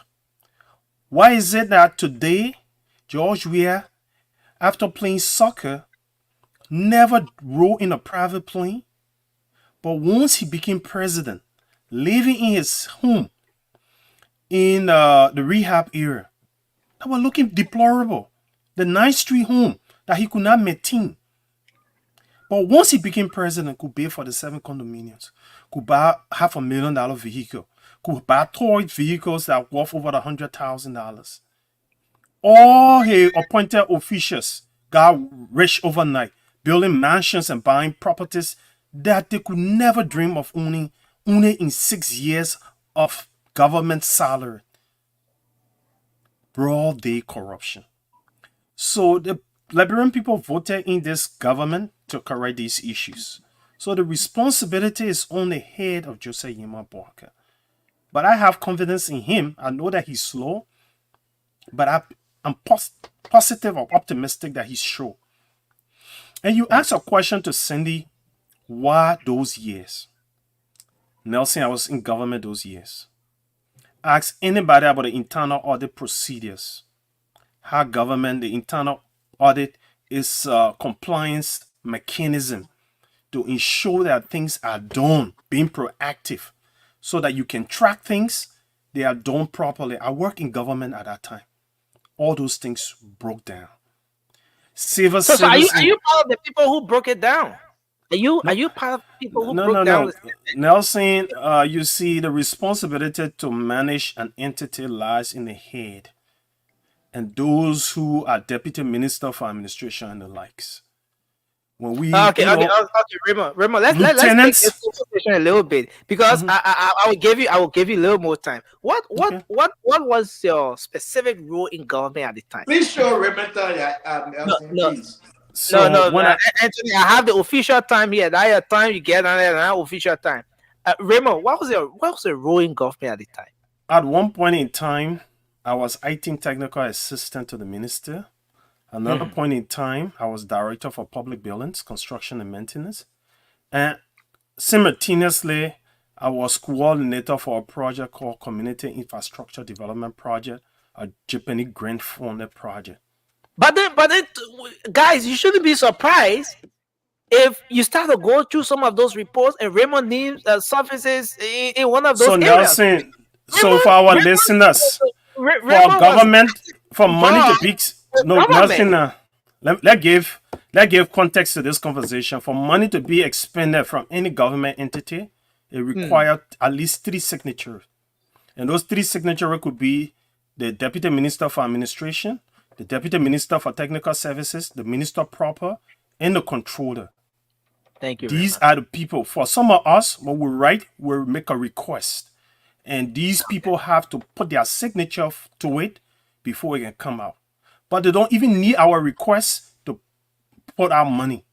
So the responsibility for corruption in those entities are upon those people because it's under their authority, their finances are expended. Remo, I never had such an authority. Even my project that I manage, if I won't spend money from my project, I needed their approval. I could not spend money without their approval. Let's get Alfred to come in, and we'll take Vasco, Francis, and Mobile will take us to the transition. Yes, thank you, Nelson. What I'm reading here tonight from all the panelists here is the fact that we want transparency and accountability in our country. And I'm also reading here tonight that no one is disagreeing with the fact that the issue of audit is something that we have not been used to. Because if actually, like what my brother Raymond said, in terms of audit, right, is a compliant mechanism, to make sure that the government is working and people can track government projects and implementations. But yes, we can say, I would say that, I'm tired of hearing about audit. I want action. And I believe Mr. Boakai, like I always say on his show, he's the last person in his generation to be president of Liberia. He has an obligation to leave a legacy. And I want to be thankful to the legislature this time around, even though we beat on them, for taking these steps to make sure that the Liberian can know exactly what were the outcome of those audit reports that have been sent to them, and the recommendation that will be made to the president, so that people can know it will not be like business as usual, where people are giving brown envelope and stepping on important document in committee rooms. And I believe strongly this is the right way to go. And if they put real attention to it, to make sure that people are held liable for their actions that they did in government, this is the right way to go. It will help the government in terms of open government. It will help the government when it comes to the issue of rule of law. It will help the government when it comes to the issue of accountability, because this is what we voted Mr. Boakai for. This is what people that American were voted for. So not only be about President Boakai, those in the Senate, those in the House of Representatives that keep on the mantra of accountability and rule of law, they all have a responsibility to ensure that these audit reports are giving due diligence. So our brothers on the other side will not come and say, "Oh, this thing is all about which one, it's all about which one, it's all about which one." Thank you. Thank you. 184 audit reports. Vasco, let's hear you. Yeah, I mean, everybody want people to be, to be responsible for their wrongdoing. So on the issue of the audit, we don't have any problem. In fact, this audit will bring to bear some of the lies coming from Raymond and other people on the show here. And things that they don't know, they're just saying it. So the audit will bring to bear some of these allegations on former government official. Okay? I know my people. I know that you carry your audit left and right. Because when they see all of these things that people talking about audit, we didn't need it 1 year like George Weah. But that's I mean it's a good thing, okay? That they carry on the audit. But my problem with this is No, the audits are being conducted. It's a report we're talking about now. What are your expectations? Yeah. That I bring people get to know. That I bring people get to know what is happening. But my problem is the most corrupt people, most corrupt government in the history of Liberia, the Unity Party government. We all know what these people did to Liberia. Today, the state that Liberia in, it was the Unity Party that made Liberia to be in the state today. Because they had the opportunity, they had everything to develop Liberia and make Liberia better. Because we all saw the kind of support that government got from the international partner. But look at some of the things they did. So if you call it for audit, and you say you only start from 2019 and leaving the people that damaged the country, even the current president, Mr. Bakai, why are you not auditing his office? Why are you not auditing the past government official? You want to start with the people that was there for 6 years? Those from 2019 are past officials of government, though. Yeah, but that's it. I mean, go back from 2005. Do you have funding to do that? Well, you get funding to check document and carry on audits around the place. What kind of funding?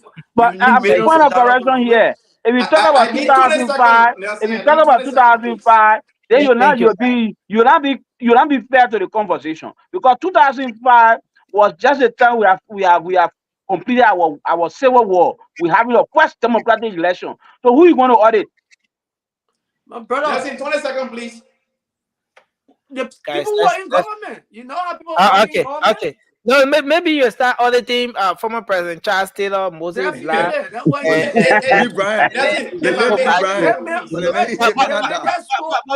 Vasco, thank you for your point, Vasco. Vasco, thank you for your point. I want us to move to Francis quickly, because as I said, we want to do this thing in time. Francis, please go ahead, and Mobile will take us home on this. Yeah, he said, "Oh, the most corrupt government in the history of our country was the Unity Party." But he just proved that the CDC government was the most incompetent government.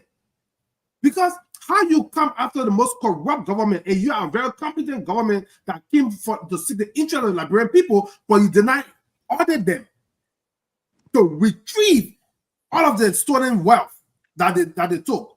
So corrupt, incompetent government was the CDC government that came after the so-called most corrupt Unity Party government. You see? So that they put that, because they came with the Kuku Jimuku way of thinking that, oh, land leader did not steal on the water to steal on, Damatan type of thing in Liberia, what they came with. So they didn't audit any government. But before even seeing the praises of the legislature, are we ever going to see audit report of the legislature? How you going to ask a group of rogues to audit other rogues, or to supervise other rogues? The biggest group of people that steal the millions of dollars in our country, there will never be audit report for them. But just the other people, yes, I want everybody to be held accountable. But why can't we audit the entire 3 branches of government, including the judiciary? That's the only way that people will see what's going on. So I'm not going to give this thing prisoners to this administration for 148 or whatever audit report. 184. When we see results, when we see outcome from those reports, because Liberia is very good. We are very good at talking about no action. We'll put all those reports, and they will stand up in the legislature and show that big power storming there, and they're talking. Then they'll be looking at how much gas slip they're getting to go to their girlfriend and boyfriend houses and stuff like that, and nothing will come out of it. When was the last time you saw a real top government official at Saw Beach? Are those people so good that the people, 95% of the population live below the poverty line, but nobody can go to prison for corruption in our country? Thank you. Our people are they so good to the Liberian people? Thank Come you. on, now we Thank all know what's going to happen here. This stuff, that report will come out, they will look at it, they will dance it, they'll use BB water on my paper there, and nothing will come for all of that thing. But I want to see what happens with it. Let's look for results, not just words. But I want to go at Satya there. Finally, Moba, you want to take us home on this topic? Yeah, thank you, Nelson. Thank you to our listener. Sorry, Moba, but I want to ask Francis why he like Satya. It's Satya, I put like a new BB words. You know, like brother says Satya, you know, yeah, that BB was the crew people there. They love BB words. Look, the last time we checked, right? The same government were accused of going into other funding, taking money without the approval of that entity. They put have record NGO. So and, yeah, and, the and consolidated account. 10 embassies near Liberia wrote the government to ask how to stop. A link with the identical audit report I was discussing. My only issue here is I want the government, please. We have, you know, it's just but Moba, if this whole report thing is not about witch hunt, why are we just going to the period when most of these things happen? Like this situation you just mentioned about our partners raising concerns. The government was doing taking money from consolidated. Yeah, I'm coming. Taking money from consolidated account to do other things until the partners got angry. They wrote 10 embassies. 10 embassies. Let's put our money back. Yes, embassies. Mama, let me just help you, small chief. Rampant. On a George money, we are regime. I have time to talk. The man of my brother. Look, Nelson, the only time will get angry. And the government will turn against the government. If the report come out and people name come out in the report and they being let's say they found guilty and the government take action against them, all y'all turn against the government. I will propagate against the government until when they see me, will be they when I wouldn't want to put in there because they see look, Nelson, they think gotta stop. If we want for Labrador to develop, all these things gotta stop. Look at that guy. Oh, forget his name. He got right when he papa. You see the main hall, my man. You see the main hall. The main hall went government for Samora Wolokoli. Samora Wolokoli. I know the main house. Go grab behind a gas station opposite La Club. Look at the main house. You see the main hall. You say yes. That man spent 6 years, less than 6 years in government. Look at the type of property that man get. Look at Jefferson Koji. Just be a mayor for Delta City. 2 year regime. Look at the place getting single and who know all the houses in single. How they got that money from government wealth. Then when we come here, we talk it. People that would think Joria still giving them money in the corner. They on payroll on Joria. They won't come back here. It is wrong. If you know you love Liberian, speak the truth. The people stole for the Liberian people until to the extent that people were living less than $20 a day. People couldn't even get food to eat. So if they report, we urge the president, they report, the identical report, they should take action. Joseph Yima Baga, we beg you. We hold your foot, Papa.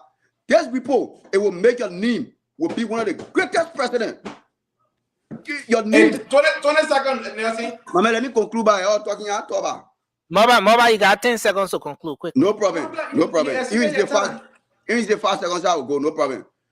But let me conclude by saying this. KMB, we put you in power to do the right thing. And there's the time to show to the Liberian people why now they're accusing your government to be corrupt. So show to them that CDC government is the most corrupt government in the history of Liberia. And make sure you prosecute all the people that are being involved. Thank you. 20 seconds, Nelson, please. Thank you very much, Moba. I want us to we're about to go to the lines and all of that. But I want us to. But Nelson, I ask for 20 seconds, please. Nelson, this is information more than an argument point.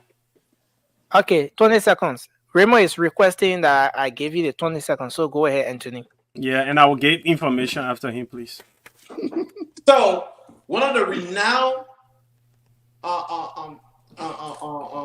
auditor in Liberia, John Molu, said the Allen administration was 3 times as corrupt as any government in Liberia.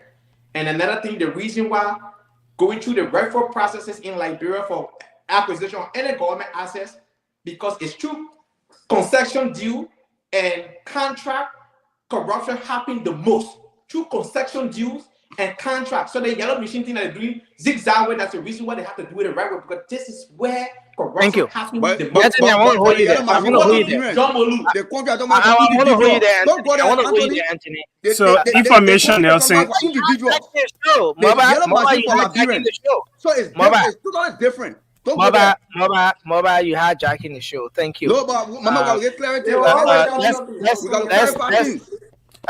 Nelson has said Nelson information. Liberians. If for you, Okay, that's quickly, 10 seconds. Also, we got no yellow machine. when you go, get your car. Moba, I don't like to do this, but I will have to mute So you this is first. information, right? Nelson, we're talking about audits. So if the audit report highlights a certain period where there are a lot of questions or a recommendation, so you ask why those years, because the auditors will recommend such from their Thank audit you. report. Yeah. Thank you very much. I want us to transition now.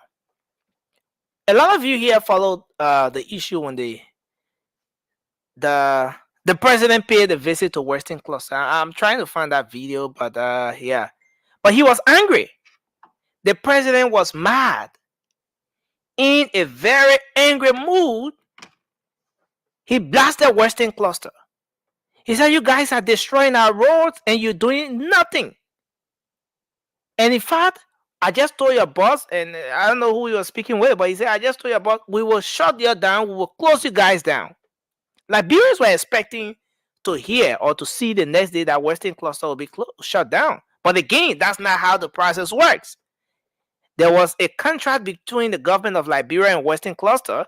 So if there's anything such as a shutdown, it should follow the process, the procedures laid down in the contract. Granted. But the next thing we saw was that the road users permit for Western Cluster to use to transport the ore from Bomi to Monrovia using that corridor, that road user permit was withdrawn. It was suspended after the president's visit. Few weeks after, the road user permit was the suspension was lifted. The Western Cluster got the road users permit again. They started to use the corridors. The public works minister, then it was revealed that he was the one who gave the road users permit. Even the senators got very mad. How come? What happened? How is it that the president went to this place? He was angry, and action was taken, and in no time, who is the public works minister? And then some of the senators even started to put it on the president. Since the minister works at the will and pleasure of the president, they, in their own analysis of it, thought that it was the president who gave the go-ahead. There was public pressure. There was public pressure, especially from the people who live within that corridor. Western Cluster is there to build the rail that should transport the ore from Bomi here. There's no sign. And these are some of the concerns the folks are having. But the government, few days ago, withdrew the road user permit for the second time. The Ministry of Public Works have withdrawn the road users permit from Western Cluster. And they're giving them 60 days to work in line, do the very things that I captured in the agreement. In the agreement, that if they cannot live up to the MOU between the government of Liberia and Western Cluster, the government will be left with no alternative, no option, but to shut down the company. The Public Works Minister in his recent presentation says, beyond all reasonable doubt, it has been proven that Western Cluster is incapacitated to implement the agreement that is signed with the government of Liberia. I mean, but let's start the conversation from here. Let's start with you, Sandy, and then we're gonna go around the table. For the second time, government withdrawing road users permit. I mean, where are we? Nelson, can you hear me? I can hear you. I'm trying to get this up. For I some don't know reason, why. you are always starting with You me good. tonight. You good. I know it's a lot of But yes, I have asked you to put a picture up for me because I was actually in that region just few weeks ago. I drove from Morovia to Cape Mount, and then the next day I drove from Cape Mount to Thomasburg, which is in Bombing County. That's where Western Cluster have their base. I drove, prior to that experience to the western sector of our country, I drove from Morovia to Zredru.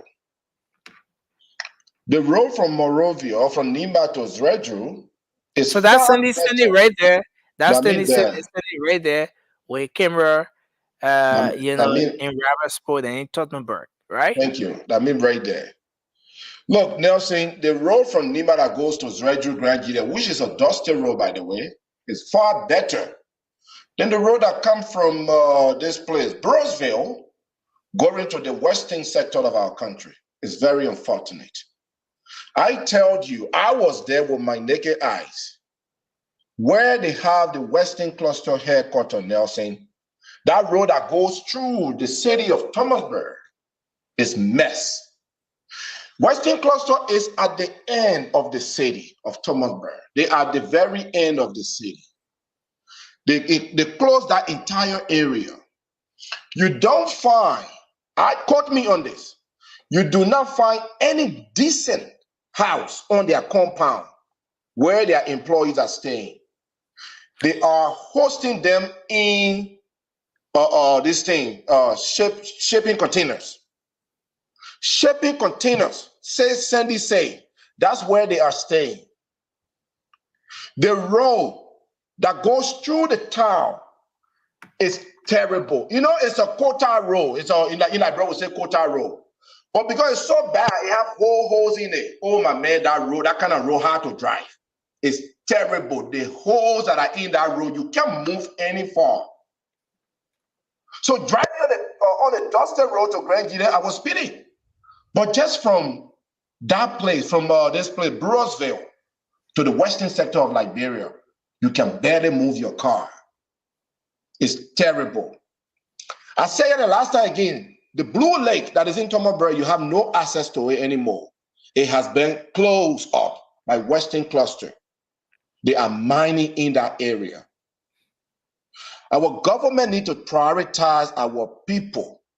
Not only is Western Cluster polluting the city of Thomasburg, they are also now misusing the road that was built by the Liberian government but has been damaged by them. And our leaders watch them taking from that area iron ores. And I heard that it's not just iron ore that they are taking from over there. I heard that they are taking diamonds and golds from over there as well. They are doing some illegal money and taking the Liberian people resources. And Nelson, I tell you, there is no economic activity in Thomasburg. Cut me on that. No economic activities. The town is quiet. The town is dead. Western Cluster is at the end, digging our resources, driving our resources on heavy trucks on that terrible road. If the Liberian government allowed them to keep operating, thank you, sir. Raymond, this is when you use war on them. This is when you use war on them. War on Western Cluster and currently war on the Liberian government. Thank you. Thank you. Just quickly, Elder Melvin Snow Jr. have a beautiful house right there, not too far from where Western Cluster is. He watching what they're doing, but he's not speaking on it. Very sad for our country. Because the man in the cookie shop. No. Since you want to come in, let me give you the time. Yeah, thank you for giving me the time. Thank you for giving me the time. I'm from that region. I am disappointed. I am seriously disappointed in our lawmakers. No, but Alfred, I give you the time now. Let me bring you in, Alfred. Alfred, I know you're from Bowman County, and when the man when Sandy was speaking, there's a reason why I zoom you out, because your face, I could see the expression, you know. But I mean, what is happening between the government of Liberia and Western Cluster? Someone sitting somewhere might just be thinking that with the withdrawal of the road user permit and the back and forth between the government of Liberia, this might just scare away other investors wanting to come to Liberia to invest. If the government comes down so hard on Western Cluster, that might just scare away other potential investors. Look, Nelson, good morning hate bad environment. Good morning hate bad environment. You want me to repeat that again? So that thing you're talking, you say, oh yeah, when they say they want to people not come to invest, that ain't true. That ain't true. You know the reason why under President Salif, this so-called Western Cluster never started their operation?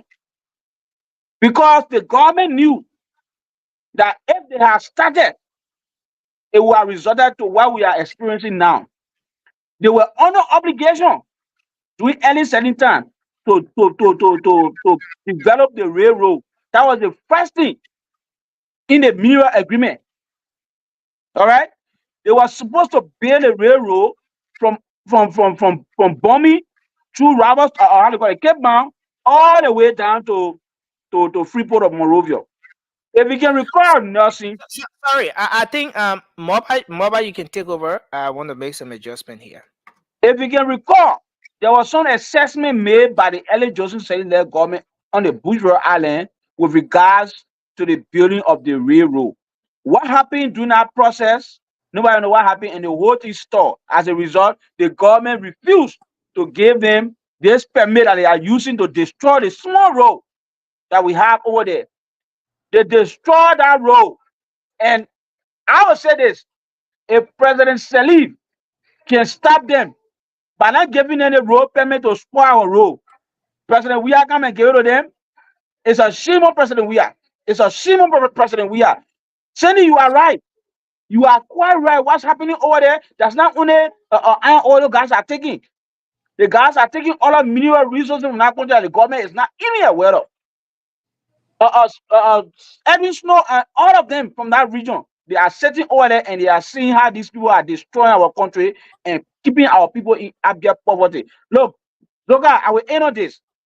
If the leadership of the various caucuses from Babolu, Renkeman County and Bombing County don't do anything to restore the hope of our people, believe you me, the bombing holes you see over there, it will turn to Western Cluster holes, because everywhere in that region will be destroyed by these people, and if we not take the necessary steps, if we do not take the necessary steps right now to stop them, trust me, that whole region will be destroyed.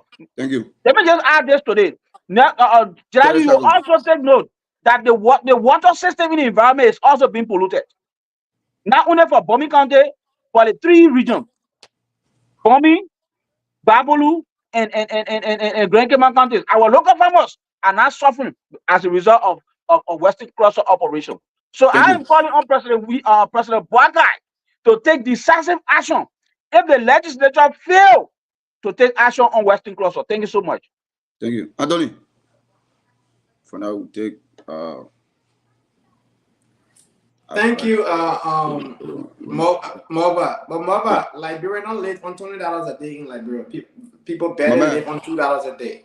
I just want to make that correction. We're on a public platform. And how many percentage are you talking about? We already on that topic we'll discuss it after. I'm talking about almost 65% of the population. That's not true. People don't live on no $20 a day. We can't afford that one.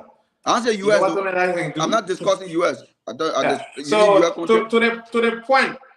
The other day I came on a platform and I spoke about patriotism and the importance of patriotism. So one of the reasons why we continue to speak on this issue of process and doing things the right way, it is very essential to every aspect in governance. Our people saw money over value of country, value of its citizens, citizenry, and all those different things that add up to it.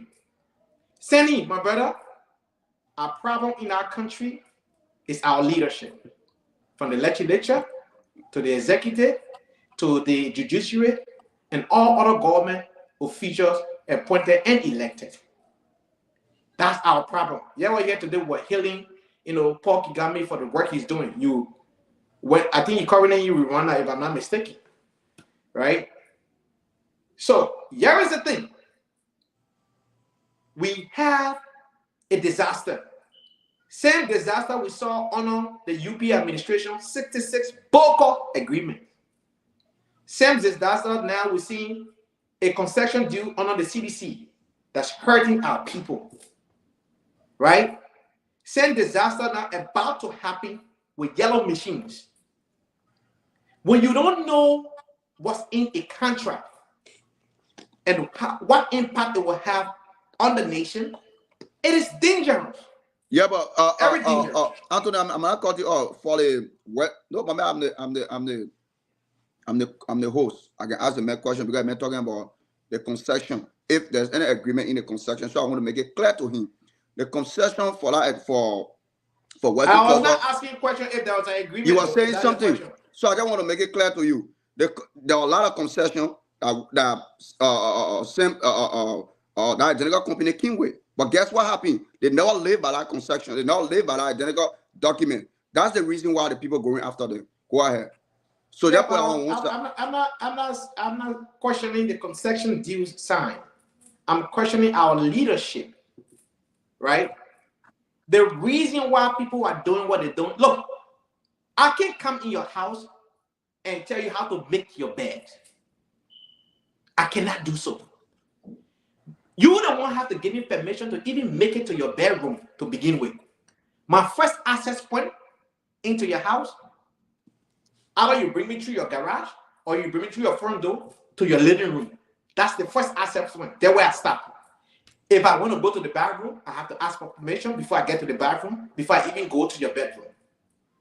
Foreigners cannot come to our country and run our country and our people sit back. But because many of them, most of the people that sign concession deals in the legislature are not educated. Let's face it. They don't even understand. We saw Ito and Obama were passed in 48 hours. A almost 400-page document. You didn't take them to dissect it and you pass it in 48 hours. That is the problem with our people. Now, look at what happened. They suspended permit. They gave them permit. Look, first and foremost, Liberians are not even at the forefront to the main area where the money is done. The people have their own engineer that goes into the mine. Our people are not even there. They don't even see some of the things that are coming out of the earth over there. They don't see it. That is the sadness. That will not happen in Ghana. It will not happen in the Ivory Coast. It will not happen in other developed African countries. Only in Liberia, because all the man thinks about is his pocket. His pocket and pocket. So money will actually change hands and it will be quiet. They will make noise and they will be quiet. That is the problem. Liberia's number one problem today is leadership. Until we can find a leader who has the political will to take action and benefit the people of Liberia, we will continue to just talk and talk and talk and nothing will happen. They will say, oh, I mean, you know that Liberia now. But I Liberia, man. That's what we're going to get. Patriotism is key. Until we find our president, not to bring things and say, oh, but the thing here, so they get accepted. Do it the right way. Thank you. Thank you, Anthony. Francis, for now, we'll take Vasco and go to Roma. Yeah, other countries use their resources to and make the lives of their people easier. Liberia use the resources to enslave the people. So our people need to be educated on how powerful their votes are. Look at the city of Dubai in the UAE. That city being as since 2500 BC or whatever the case may be. But in the last 20 years, or even less than that, Dubai has turned from a mango swamp, desert land, to one of the most beautiful cities on earth. Billions of dollars spent on that country. Yeah, we know that oil-rich part of the world, but the people use their money to build their city. Now, people from all over the world goes to Dubai. Dubai alone in the UAE brings in billions of dollars. But our country use the resources in our country to enslave our people. The legislature, the government officials enslave the citizens with the resources. If our people had love for their country and they were not criminals in the government, we won't even need 285 yellow machine to fix roads. Because all of the companies that are extracting our resources around the country, they should be required to build and maintain the roads that they drive and haul our resources out of the country on. But our official, all they do is sit down and take kickback. Or you saw to build roads, you saw to build schools, you saw to build hospitals in these villages and towns that you are mining in and polluting the air, polluting the water. But people don't do it. They set up container offices and things like that. Our lawmakers, our government officials, they go and look at it, they grease their palm, they walk away. So that is bad. Yeah, first let me ask you the question. So you think the step the government, let's say they already take right now, do you think it is the right step to stop them until they can get into one conclusion to see how best the people can benefit? But this is late. It's late. The damage has already been done. It should have been done before during the last administration. You can see people. You tell somebody, okay, you have this contract for 30 years, but you have to maintain the road. When you damage the road in the first year and you're not even repairing the road, I stop you from working. Because you are not the only one using that road. Our people. When I went to Liberia in 2022, my dad went to Serenity. He went through bombing. He went to bombing way. My man. Papa said the best road was as soon as he crossed bombing when he crossed into Serenity. But all the road was terrible. In Liberia before getting to Serenity border. Serenity went through war just like us, my people. Serenity went through deadly civil war just like us.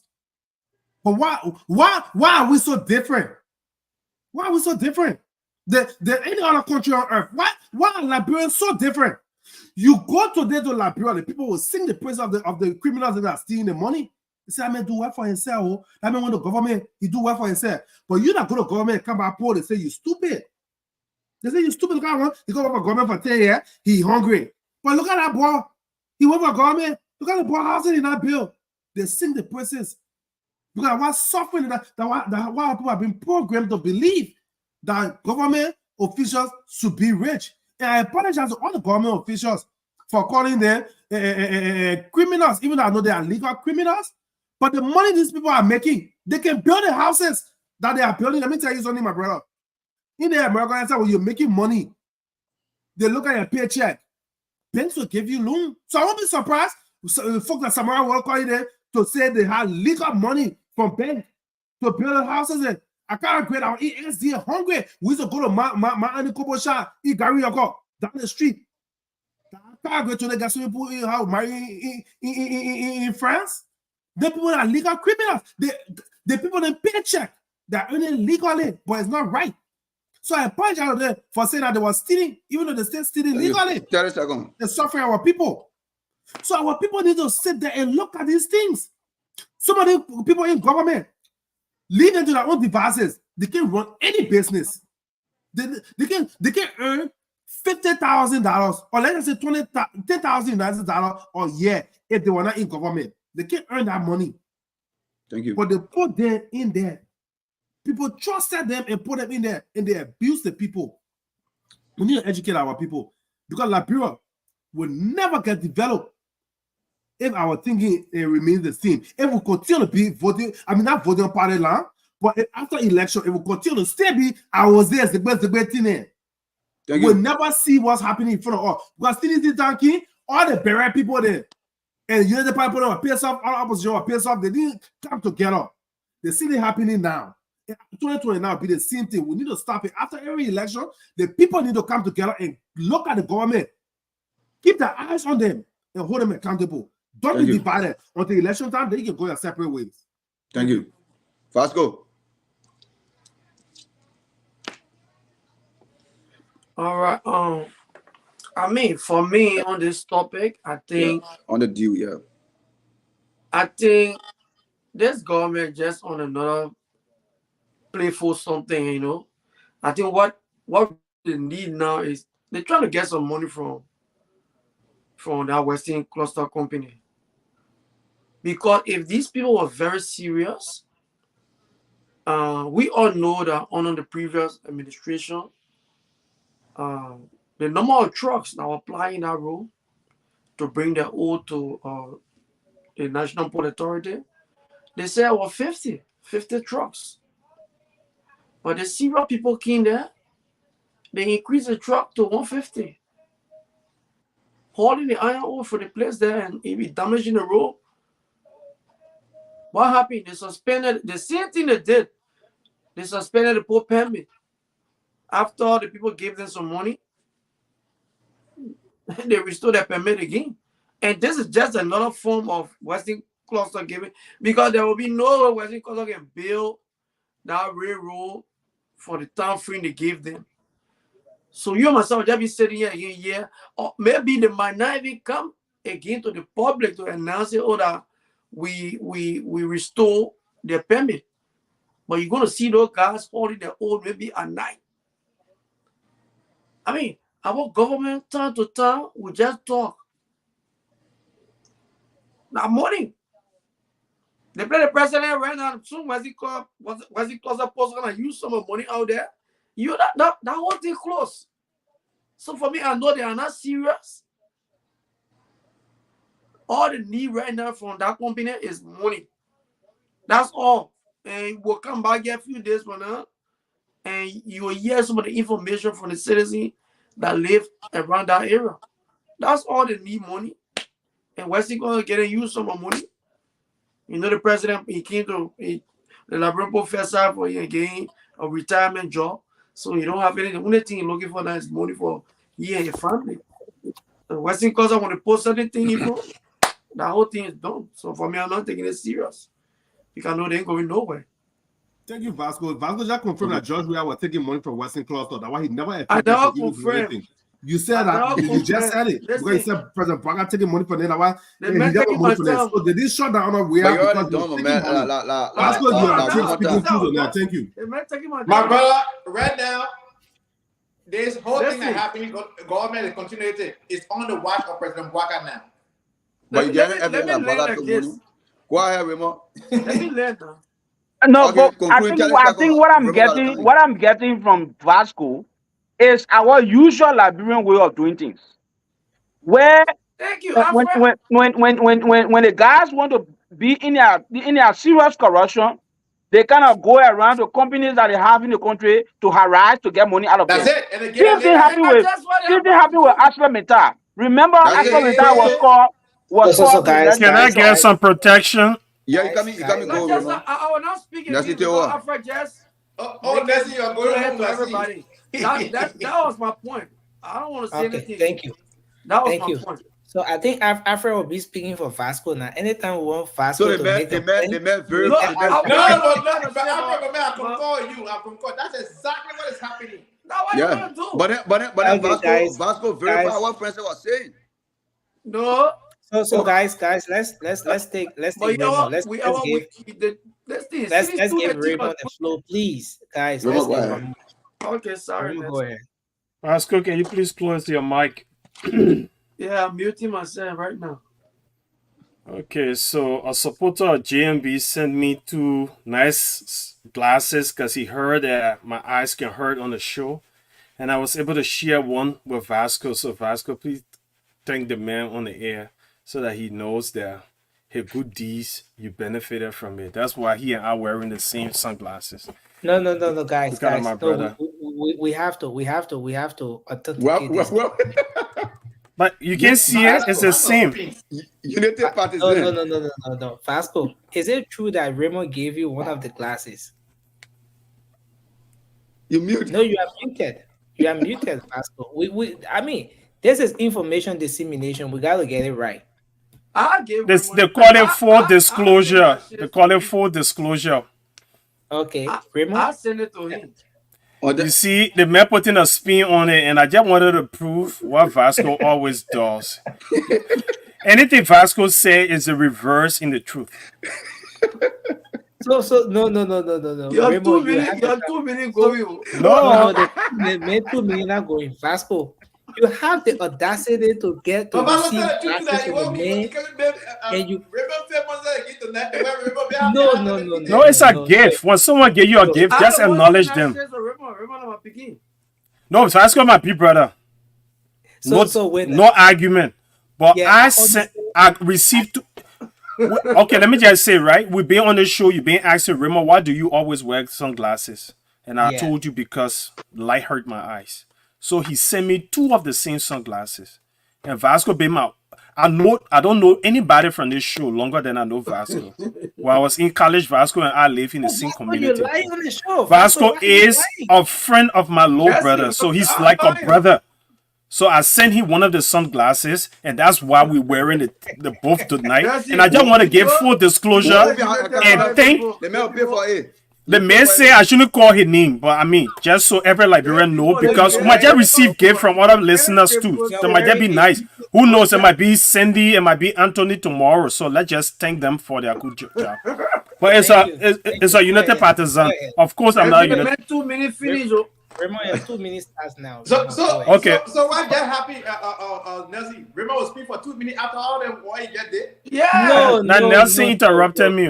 Oh, I wanted to get Nelson, clarity. you know the on man this eating info. our show. Nobody remember Nelson stop the man, so the man can go. Yeah, I wanted to get clarity. That's why I even gave a portion of the time to Vasco to know as to whether Vasco really wearing. You know Nelson like this. That's Man, you like know this. what Raymond say is not true. You know that, right? You know it's not true. And Raymond, please take your 2 minutes now. Yeah, So the road corridor we're talking about, I'm opportune to have work on this road corridor during the Ellen Johnson Sirleaf administration, where we have maintenance work ongoing. If anybody can bear witness, we are coming from Beaumont Bridge. The works were active to Bowater South. It was periodic. We had SSF that was working on it, and it was a weekly project. Every weekend I had to go inspect what they did. So, and this government comes. Western Cluster deal Ellen with all her bogus concession refused to sign it because all the signs were there. It wasn't a positive concession. But when George Weah came, he did not just sign it, but according to the government, they waived $17 million and signed this concession that has damaged the road to that extent that Cindy described it. But folks, you see, contracts are such that you can fight back. The government of Liberia cannot just terminate a contract by will. There are clauses in the contract that when it gets violated, it can be terminated. I listened to the Public Works Minister say he had to renew their permit because Western Cluster provided proof that their monies to have the road repair were given during the CDC-led government. And the CDD didn't do anything because government is continuing to this government will own an obligation to honor that which happened during the CDC-led government. But this time, what led the Public Works Minister to revoke the permit was because the EPA permit with Western Cluster got expired since June 5th. And after 30 days, they had not renewed it because they got a period of 30 days, flexible period to renew it. And because they did not do that, they are not in compliance with their agreement. So the Ministry of Public Works used that. But guys, let us not put a spin of politics on everything. The president is not in any era with the yellow machines in Liberia, or we call earth moving equipment. The government of Liberia And the Constitution gave the president the authority in Article 50 and Article 57 to do negotiation on behalf. I, as the Ministry of Foreign Affairs. And right now, what is ongoing is called negotiation. And in the negotiation space, there's no agreement. But people are talking one to another to get to a deal. But in good faith, what they call gentleman agreement means is not a binding contract, but the both of you have an agreement. That is And the word gentleman means someone with high esteem, someone with reputable character. So gentleman agreement is an agreement based on your character, your reputation. The vendor send the machine to Liberia to as a good fit to say, look, I'm in a good deal with you. And what is done is called submittals. Submittals mean the thing that you want to do business with, I send it to you. You look at it and see whatever that you want, then we can do business. It's a business practice. Thank you. Thank you. Remember, I want to respectfully disagree because you are misapplying that submittal word. Submittal are products they send you. Submittal are things you try. Anthony, you are jacking the show. You use this submittal in the group chat again. I wanted to, but I was at work. Anthony, I'm an engineer. You're not. I don't know whether you ever dealt with submittals before, but that's a part of my line of work. Remember, you are misinforming. No, Anthony. The thing you're trying to discuss. You used the word submittal just now. Anthony. They said they will go test the yellow machine. They're supposed to go test the yellow machine and they like it. That's what submittals are. Anthony, you're arguing something that you just read. No, it's not. That's something I have been dealing with. So you like it. That's samples. Submittals are samples. Are the yellow machine samples? Is that what you're telling me? I want to know when Anthony, you're making assumptions. Anthony, you're making assumptions. There's hold on now, Anthony. Nowhere you ever read I told you said. Hold on now. But Anthony, you just talking. Nowhere you ever read I gave you the quantity of submittals that months must submit. I'm sorry, I don't want Anthony, have you ever read a place that told you say submittals got to be this quantity? You never read it anywhere before. So Anthony, me and you not debating, bro. I just spoke.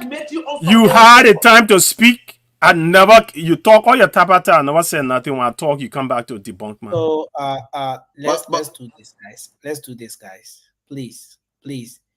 When we're talking over each other, it makes the set noisy. The people who watching on their TV is irritating. The people who listening to the radio, it gets so bad. So Anthony, you don't have the floor. Raymond had the floor. If you even wanted to come in to provide to provide some information, you needed to be given the floor first. That's how we do. Anyway, you've been off the show for a very long time, so perhaps you've forgotten some of the rules here. But Sandy, no, I wasn't done. I was still on the floor. No, but guys, let's give. I did not interrupt Raymond. Okay, I got that. No, I didn't complete. I didn't even close my mic, Anthony. Every time I finish, I can close my mic. I didn't close my mic. Yeah, Raymond, let's give Sandy 20 seconds. So let me just make one last statement. No, man. I didn't close my mic, man. But man, why you want to do that? No. Yeah, but you concluded. Raymond. Because the man interrupted me, I concluded. Okay, my piece. I gave my piece as a Japanese man. I don't. Concluded with some medals. Sandy, you want to take 20 seconds quickly? You are muted, Sandy. You guys can hear me now? Okay. Yeah. Look, I've been quiet tonight. I try not to interrupt anybody, so I hope not to be interrupted. 20 seconds. The contract between our president and quote unquote his friend, which my brother here continue to defend, a gentleman agreement, is one that actually very scary. We have a country to run. We shouldn't be having gentleman agreement. The country is not for President Boakai. There are laws in the country that require President Boakai to have legal contract binding between him and anyone else that he's going to work with in the interest of Liberia. We must have legal contracts so that anyone that we are trying to do business with will not just fall out anytime they wish to fall out. When you have a gentleman agreement, what happens is there is no legal obligation. that person that you're working with, wherever that person is, could come tomorrow and say, look, I will not go through, and you have no legal right to go after that person. There is nothing you can do with that person legally.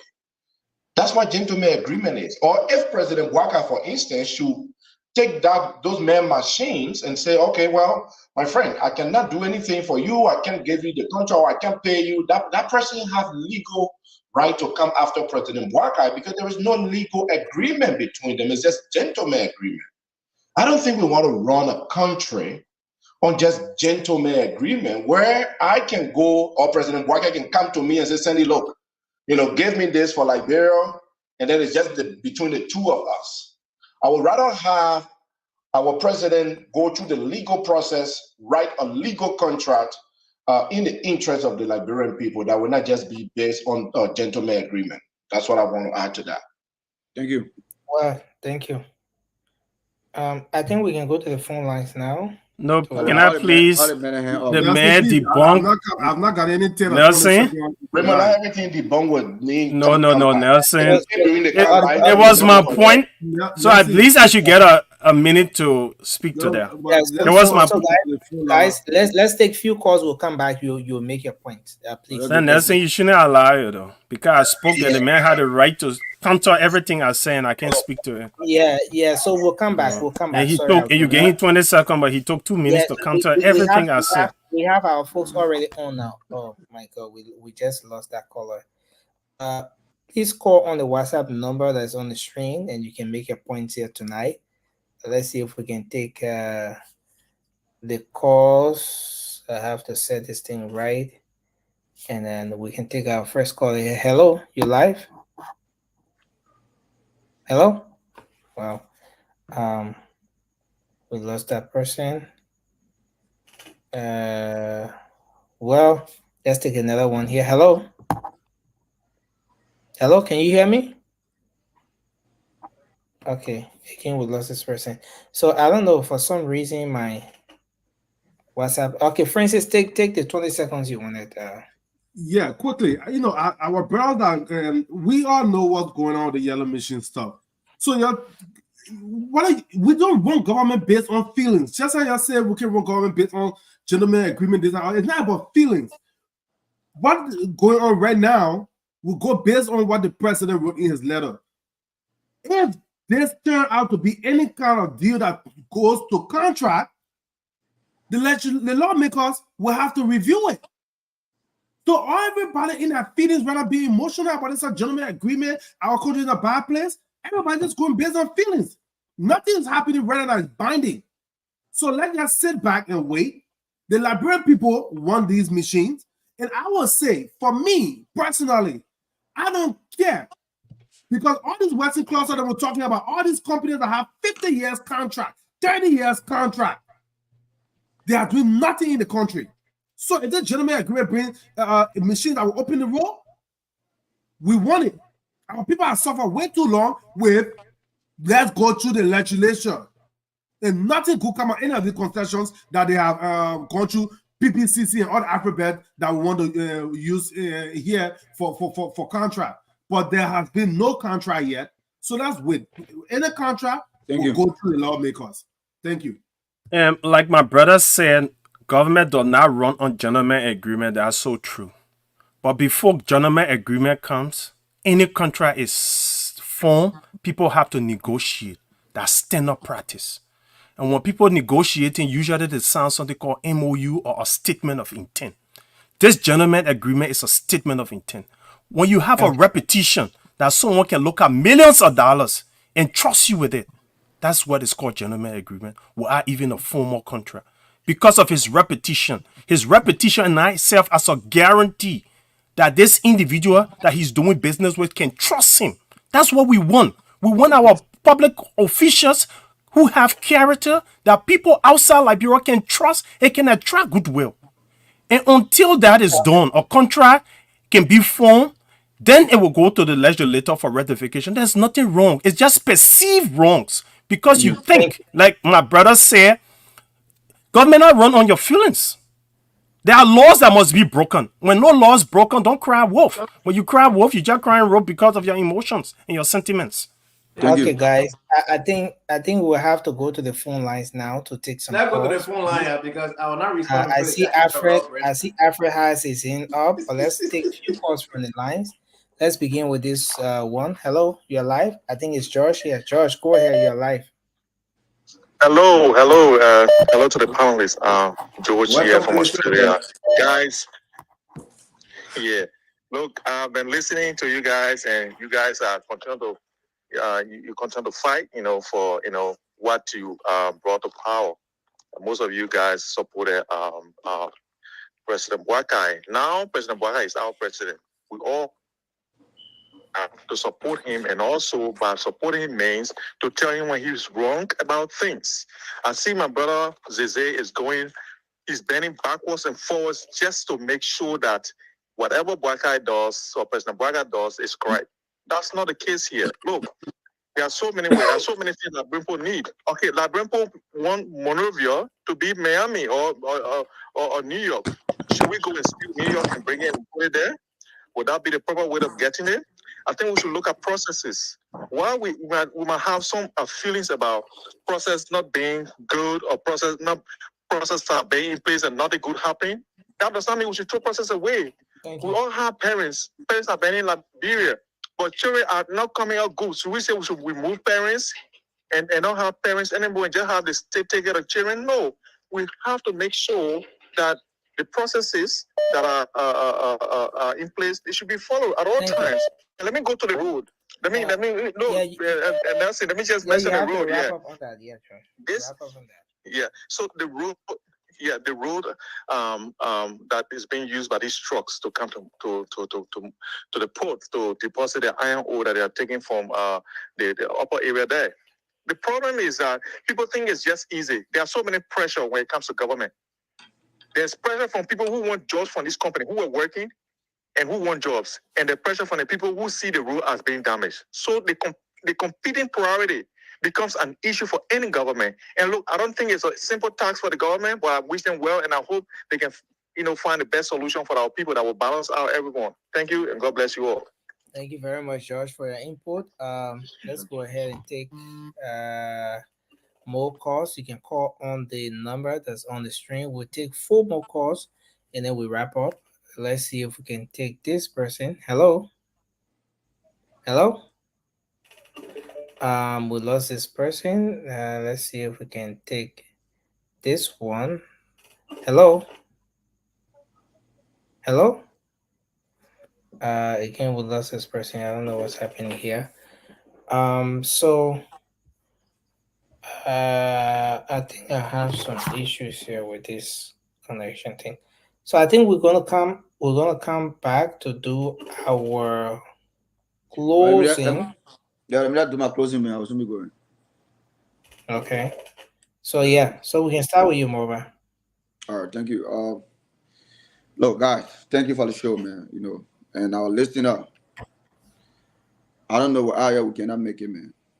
Yeah, you guys are our heroes. Yeah, but let me do my closing by saying this, right? The entire Western cluster issue. I did. Morba, that whole speech, Jenna, sounded familiar, man. Yeah, I don't know what to say, man. I know. Yeah, so yeah, but that whole Western cluster something, I think George Rana was in error, and when the government came to power, they were in error too, by not revoking those people. Even we hear all the concession, the people get money. George Rana ate the money. Everybody know they get it for $14 million. They eat it. They get them money to face the road. They eat it. Every small money. Then they're talking about auditing. Then we see people still complaining, say, "Oh, like which one?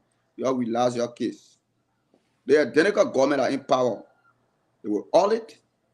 Even they get the right to audit. They say 2021 to 2022 that are business. All we know, we want result. So we hear people talking, say they might go to 2005, they might go to 2004, they might go to 1989, they might go to 1970. We're not going to 1970 when you are there. You should have done the auditing from 2005 to 2017. They won't know you serious. But you never did because you can't on the mandate of corruption, you can't on the mandate to see the same thing that the people did. You want to do your own too. Like Kuku Jumuku, you're not inside, you not know. When they get inside now, they already inside. So they stole enough. So now the government now say we can't agree to it. Even what Joseph Baga, Joseph Baga too, baby. That papa hand in one corruption. He was sitting on whatever hand that people bring it up. One. Yo, look, I will always tell the Liberian people, if you think those people, the United Party people were most corrupt, then they say, why you guys never come up with an audit so that the Liberian people, you can shame the United Partisans who will say the government was not corrupt. You shame them, but you never did. Because your feet are coming on the mandate to see too. So there's nothing easier than that. You're thanking for the show, man. Guys, I appreciate so much. Oh. Yes. Who the next person, brother? Are you calling us? Just do your closing. We'll go in the queue. So the Bible says that the devil is the accuser of the burdens. You see, in politics, sometimes the way things are presented, some people who are even good people can get convinced. The devil can fool some good people and they can do bad things in the name of the devil. But, you know, let's put a spade where the spade is. You can put a round peg in a square hole, right? I am about Liberia. I do not belong to any political party.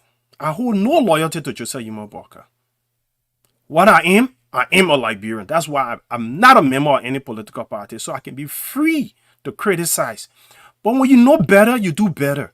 I can know better than I criticize wrong thing and call it right thing, or right thing and call it wrong thing. This yellow machine concession, from my own understanding and analysis, when Joseph Boakai take it too early to the lawmakers, they will want brown envelopes. All the bogus concessions that were signed are because of brown envelope. The Eton deed that was signed out because of brown envelopes. I went to the legislature for the Eton deed. The men didn't even read nothing to sign a deed. We had the copies, like what he said, big volume. We carry, we public works carry. That day, Mabutu Vlayipa went to defend it. I know. So, but the president hasn't done any wrong. Not because a lot of people saying it. A lot of people who saying it, they had the feel. Yeah. But sometimes people can say things because they don't understand it fully well.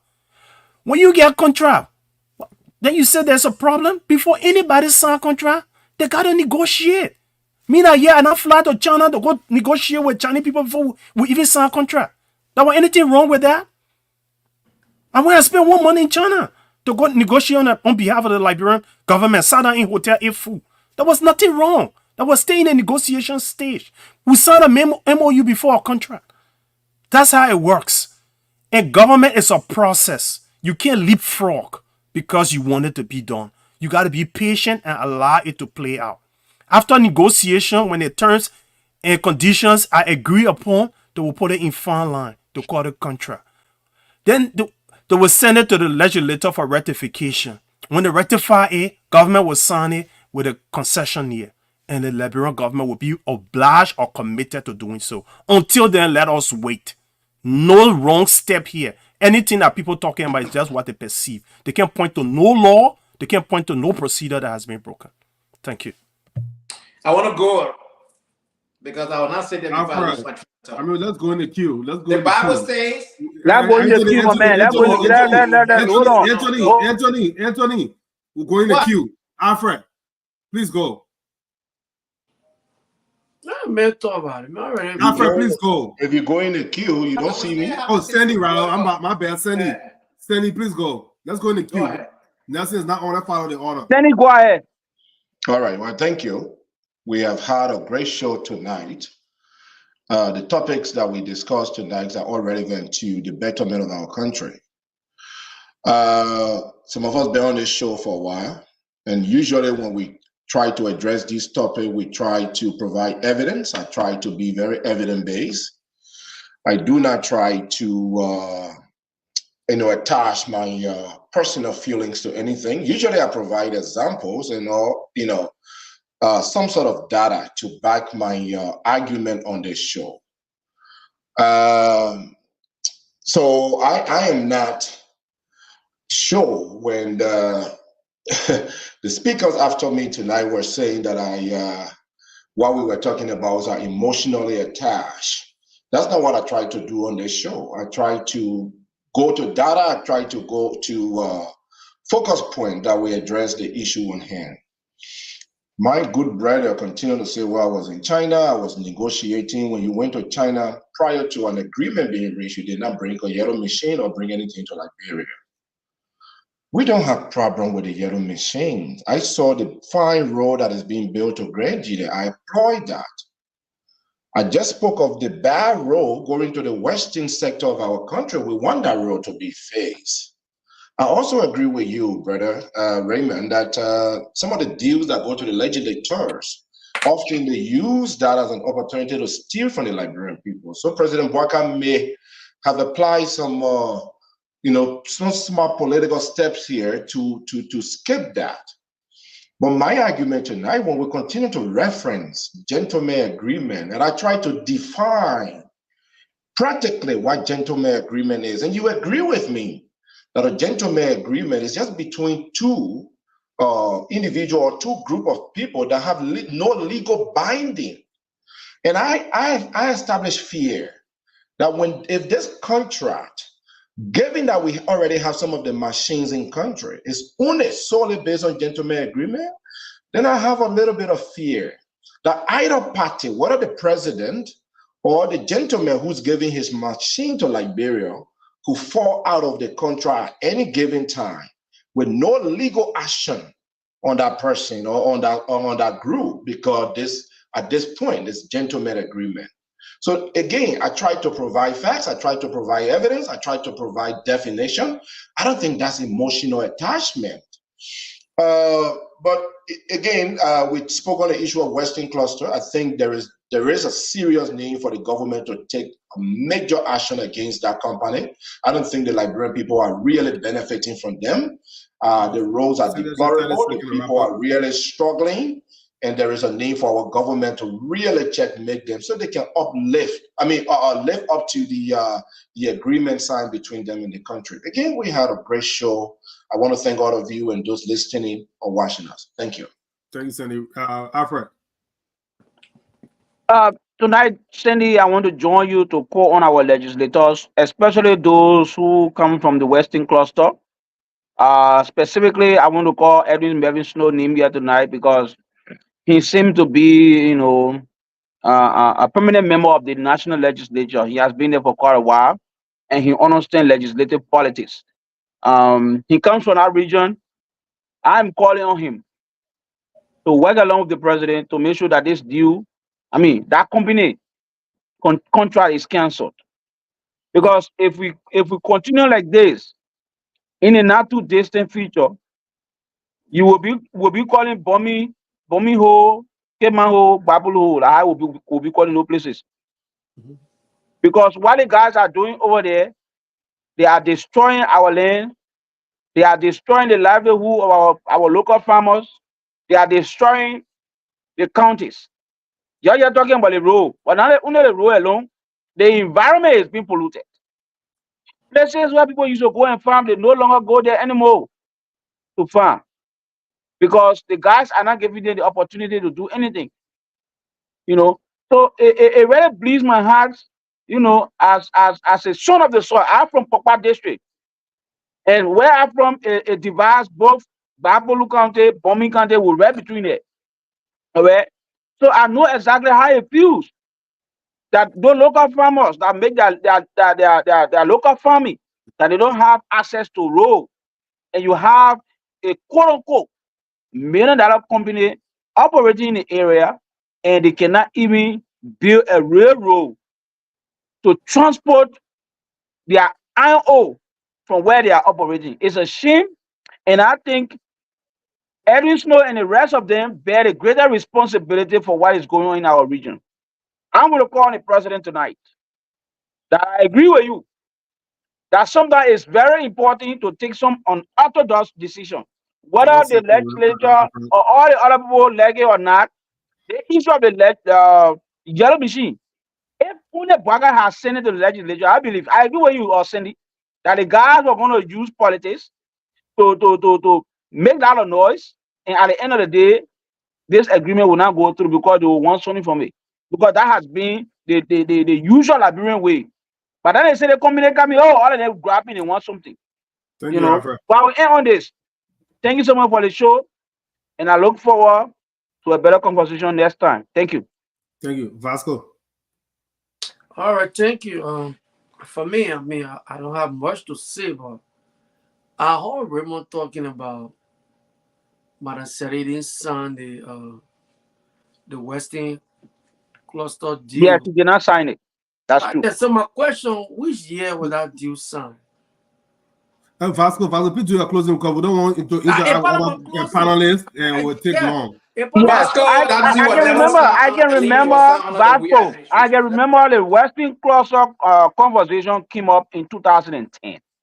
And I can also remember at that time, one of the sticking issues with that agreement was the railroad.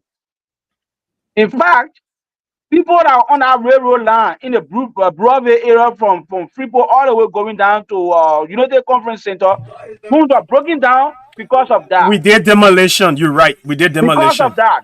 We did demolition. At the end of the day, the company did not live up to the agreement. So President Seli refused to do the final signature on that document. All right, thank you, Anthony. Your recollection is perfect. I can acknowledge. Anthony, guys. All right, Vasco, thank you. Anthony, please close. I said thank you. I asked a question. Somebody just responded and said thank you. No, but he used your time to respond. Anthony, go ahead. Yeah, but I just say something. Vasco, please get Anthony a chance to close, brother. I beg you. Let's give the brothers time. Nelson, I asked him not to engage the other panelists. He said he was using his time. So other panelists use his time. You can give him time after Anthony close, please. You know how many Let's do this thing because this can be happening. Anthony, go ahead and close, brother. Yeah, but I can't be talking at all. Okay. No, yeah, you are protected, Anthony. So thank you, gentlemen, for the time tonight. Thank you for coming on. Thank you to our audience. Thank you for all the comments. I've been reading the comments. I know some people say I should get off the show. We got to think that Unity Party show. That's great. This is Liberia conversation. But let's say this. Not everyone that said law will inherit the kingdom of God.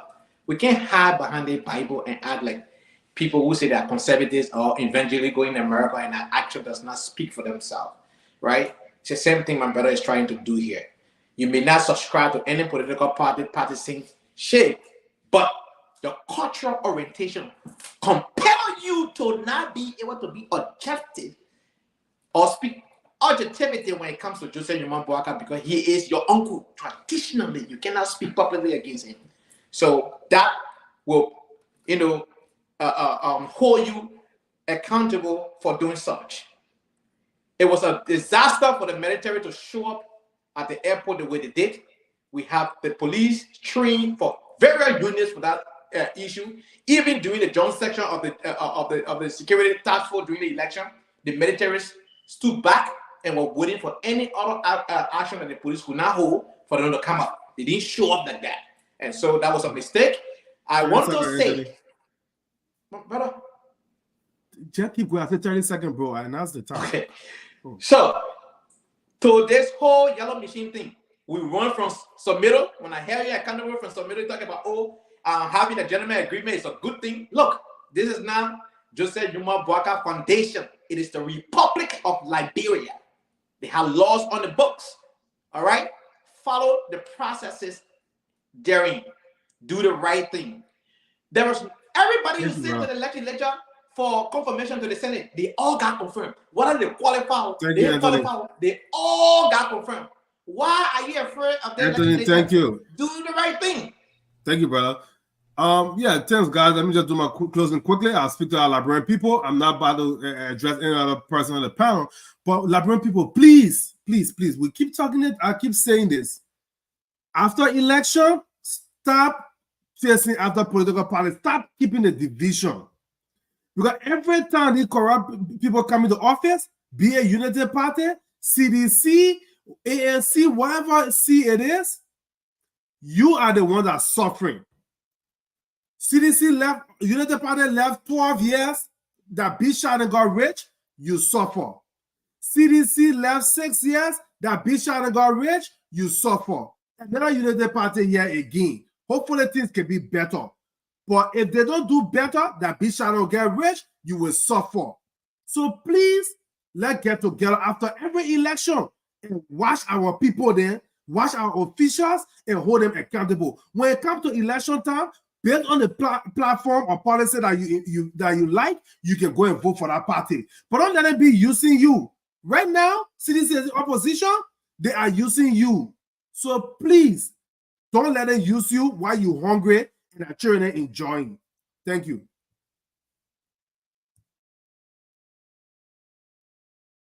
You muted. Okay. Oh, I was muted. I said, you see the way the whole thing playing out. I told friends say thank you 5 times. Friends said didn't listen. But he told Anthony thank you 1 time. The next thing friend says, ensure that Anthony had to listen. Give me that power, baby. No, but to be honest, I want to add, we gotta be fair in running the show. We must be able to allow credences so people can express themselves. That's why they come here for. The brother asked a very good question. Vasco asked a question. It was addressed in less than a minute, and then you said his time was exhausted. That was not fair. Not just in less than a minute, and that's the problem. When we are closing, we should stop asking questions for back and forth. Do your closing and be done. When you encourage back and forth, then it drags things on. I have no problem with people engaging each other, but not at the closing. Then you want to get time after somebody has taken almost a minute of your time. How long was he going to close for? Sandy, tell me. It's almost a minute of his time. Guys, don't do that. I think a sort of a form of control. You can't do that. No, it's so not. Nelson, I got a recommendation. Can I? Okay, so guys, Nelson, I got a recommendation. Can I? Can we talk that in the back? Can we talk that in the back? Let's discuss that in the back. A minute to talk. No, guys. President, let's talk that in the back. Let's do this. So Nelson, I got a recommendation for you, if I may. Yeah, before you come in with a recommendation, I know, right? Usually the show, yes, most times. Sorry, something here is misbehaving. So usually the closing is that time where we should just have summarize, have fun, and the closing is not really the heat.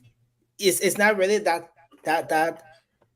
time of the show where we have the heated conversations and all this kind of stuff. So it's fair enough that would be a little more flexible, especially during the closing.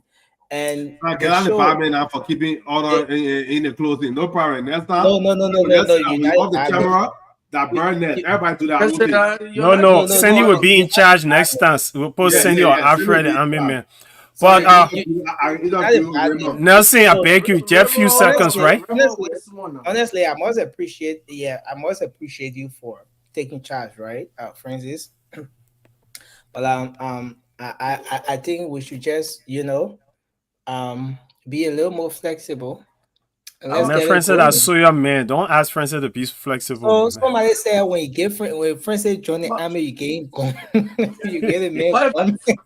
Francis supposed to wait a year from me. I tell you, Francis can be army man. Francis is highly emotional. He can be army man. No, I'm just straightforward. It's not about emotion. We on a bigger platform. We said no question asking. Don't engage your panel. You said that on your time. You are but Nelson, right? Nelson. So you use your time. No, Nelson, I disagree with you. When you leave anybody in charge, the person's star. No two person get the same star in order to be a part of me. Yeah, so the person that in charge, the person's star rule. Can you put it? But Vasco,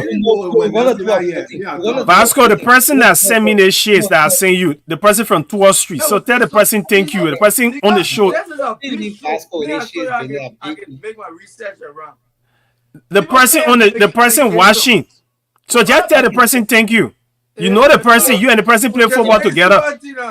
No, the person play football. You and the person used to play football on Tottenham Halfie. You know me, I know used to play football. Yeah, that person will get my inbox. Just tell the man. Why the man come in your inbox? So you can tell the man publicly thank you. You were in the man shade. You tell the man thank you. They say the man more kind of inbox. Wow. That $2.6 billion contract with Western Cluster. The information I'm getting, that deal was signed 2011. And when So we this come is on what the Vasco show, was requesting for. if we come on the show, we be making some claim. Those people that listen to us every day, some of them inform. If these people go by to check some of the information we'll be giving them, our credibility will be on the line. So So just get the information. Don't interview somebody else. Just get the information No, if you know that's you're why right. I wanted to ask a question to see maybe No, but that's the problem. My You brother was- closing, my not brother was getting interview. to the point. You closing, don't interview somebody. That make your point. If you got the information, give the information, This is and where I then we wanted to move go on. where I ask the question first. Even if it don't take 1 minute, I still have about 1 more minute. Just let me Guto was doing 2 minute closing. No, but Vasco, make your point now because we have. Okay, so this is it. I don't know Yo, how authentic this nothing will information let you out is. here. I don't know how Like it authentic make this you look information bad. is. That No. is the information I was asking question about. I'm seeing $2.6 billion in 2011. And if it was in 2011, then which means it was on Manasseh. That's my point. So you heard Vasco, you heard Alfred lay it out to you. Alfred said somewhere between 2010 and 2011 they were in Liberia. But hold on now, Vasco. That's exactly what I said. Vasco, we just want our context to what we say. What you said not wrong, but it did not become a concession. It never reached ratification, so it was not binding. But they were in Liberia, and nobody will come in your country and start doing all those things without you giving them some rights to be there. So there has to be some low agreement between the government and you. No, they're not spinning. We're putting it in context so you understand. But it was President Weah who signed the concession deal and went to ratification. The president put signature. President Ellen refused. So Alfred get it right. But you're not wrong. They were there since 2011, so you're not wrong. Now, what Alfred told you, we work at public where we demolish the homes. Okay, guys. We even demolish the homes on the railroad. We demolish homes that were encroached on the railroad. Hey, my man, we're giving you something that you said spin. Yeah, you trying to spin now? I want to say thank you. I want to say thank you. I want to say thank you to everyone. I want to say thank you to everyone. Vasco, thank you very much.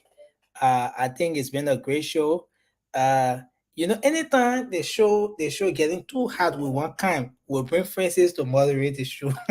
No, you like the show to be hot. You Nelson can be pretending. Nelson likes a hot show. No, you not leave. You gotta Vasco will be share the it host around. next time. When you leave for Vasco in charge. The big show, the CEO can share it around. Vasco won't be in charge one day. No, you know that would be total chaos. It would be a terrible thing for Francis. It would be a hazard. You go Vasco. Vasco would talk, but he won. He won with talk. Would that be listening? So, yeah, I think it's been a great show, man. We look forward to being here. If I moderate the show, I will not make no input. Now, tell yourself, give up. I will not make no input. I'll just All be right. Nelson. So Vasco, please allow anytime you choose Nelson, please let Vasco be your co-moderator tomorrow. I want to get the turn I did to speak. Please let Vasco be co-moderator tomorrow. I'm sure you're still on that patiently. Nelson, the message you add, get you. You can throw it right in your higher head. Okay, no. Because of this, tomorrow make it be the comment section and all arguing. Vasco co-moderate tomorrow. Vasco co-moderate the show tomorrow. You will see what happen tomorrow. I will go in the background. Many the answer to mute and put more in the back. They say in the classroom, everybody will be off the screen. The teacher who wants to have grip over the class, he can look at the noise maker and tell him, say, read the noise maker. And I'll bring my topic. What? Vasco said he will bring his own topic. They may want overthrow now. No, Vasco, yeah, see any co-moderator bring topic here? Me, I support you on that one. You want overthrow now. You know what the man will do? You get a man to control the man will post CDC talk show. Man will change the talk show into the CDC talk show. The man will bring Freedom FM videos and put everything. Yeah, man, I think the man will be playing video with George. We are dancing the puka. When I say, "Oh, Mama, what happened? The time going?" He said, "No, that's a very important video. Let's join that dance. See the angle." He will bring all the men. He said, "Look at the shoe the man wearing. Look at the shoes." But seriously, Nelson, I think we need to give Vasco his flower. Since Vasco done all, he has been one of the most tolerant citizens on the show. Of course, you know. So we need to give him his flower. We can punch him all around. Yeah, we can punch him. Sometimes it can be very heated, but he maintains his emotion all the time. Every day Vasco bringing 10 sedition that will damage all here, but he can't bring the people. I'm an intellectual person. No, but Vasco, let me talk for you. You guys are not intellectual, so I understand. I understand your whole. So no, but let me tell you, right? Ain't no patient with you guys. I know Vasco. Vasco is a peaceful guy, to be honest with you. The only thing that different from the Vasco that I know in this Vasco is his passion for CDC. I never saw that in him, right? When we were on tour street, I knew other guys who were passionate about CDC, but I never saw him. So that's the only difference. But Vasco is a calm guy, friendly, jovious. You know, he's a jovial, friendly guy. He will always be in the midst of his guys, and they will do the boys' things. So Vasco will moderate tomorrow. Trust me. Give them power to mute and put people in the back. All the CDCs should come ready to see a CDC co-moderate. Next year I will do better than what. Honestly, I don't know. Yesterday, Cindy is a CDC in disguise. Where no is man, Rudolph? no, Cindy isn't. Now Anthony is a CDC in disguise. No, Anthony is a CDC in disguise. I can vouch for Cindy. Cindy can bite and blow. Cindy speaks as he knows it or as he sees it. He don't bite and blow. That Anthony is a CDC in disguise. But you know what made my man Cindy angry when he went bombing country? They refused for the men to go see the blue lady. They want to go do a I was angry. I was really angry. I actually have a video coming on YouTube from that end. I was fighting with them. Oh, you got a YouTube channel? I do. I mean, why you share with us so we can support your channel, my man? Oh, follow my name, Jalal. My man, put it in our chat group. You know where to put it. I want everybody else to follow. I'm on YouTube. I share contents everywhere I travel. Just my name on YouTube, Jalahu SB Sandy. Follow me on YouTube. I have a lot of great content from everywhere I go. Thank you. Free publicity. Don't go here. Don't go here. Keep talking. You said it, Bill. I mean, no. My man, you're panelist, so you part and parcel of the network. In my presence, Madam Titi told him that we that are on Spoon, we are employees of Spoon. We are entitled to certain benefit. Like when I went to Liberia, Spoon gave me a free office space to work from. So because I'm an employee of Spoon, so Nelson, you can't charge me. You say anything, I'll call Madam Titi. And Cindy, exactly. Thanks for acknowledging the good deals that the Spoon Network provided you. And that's what I'm encouraging my brother Vasco to do. When someone do good for you, acknowledge them. God will bless you. That one shades you got, because CDC business, you don't want to acknowledge the person. And like your own brother from 2R Street. Come on. So guys, we want to say thank you. I was trying to call Rudolph, but for some reason Rudolph number is not coming through. What did Rudolph get on? Sending CDC membership. But I want to say thanks, guys. It's been a great show. Thanks to our folks.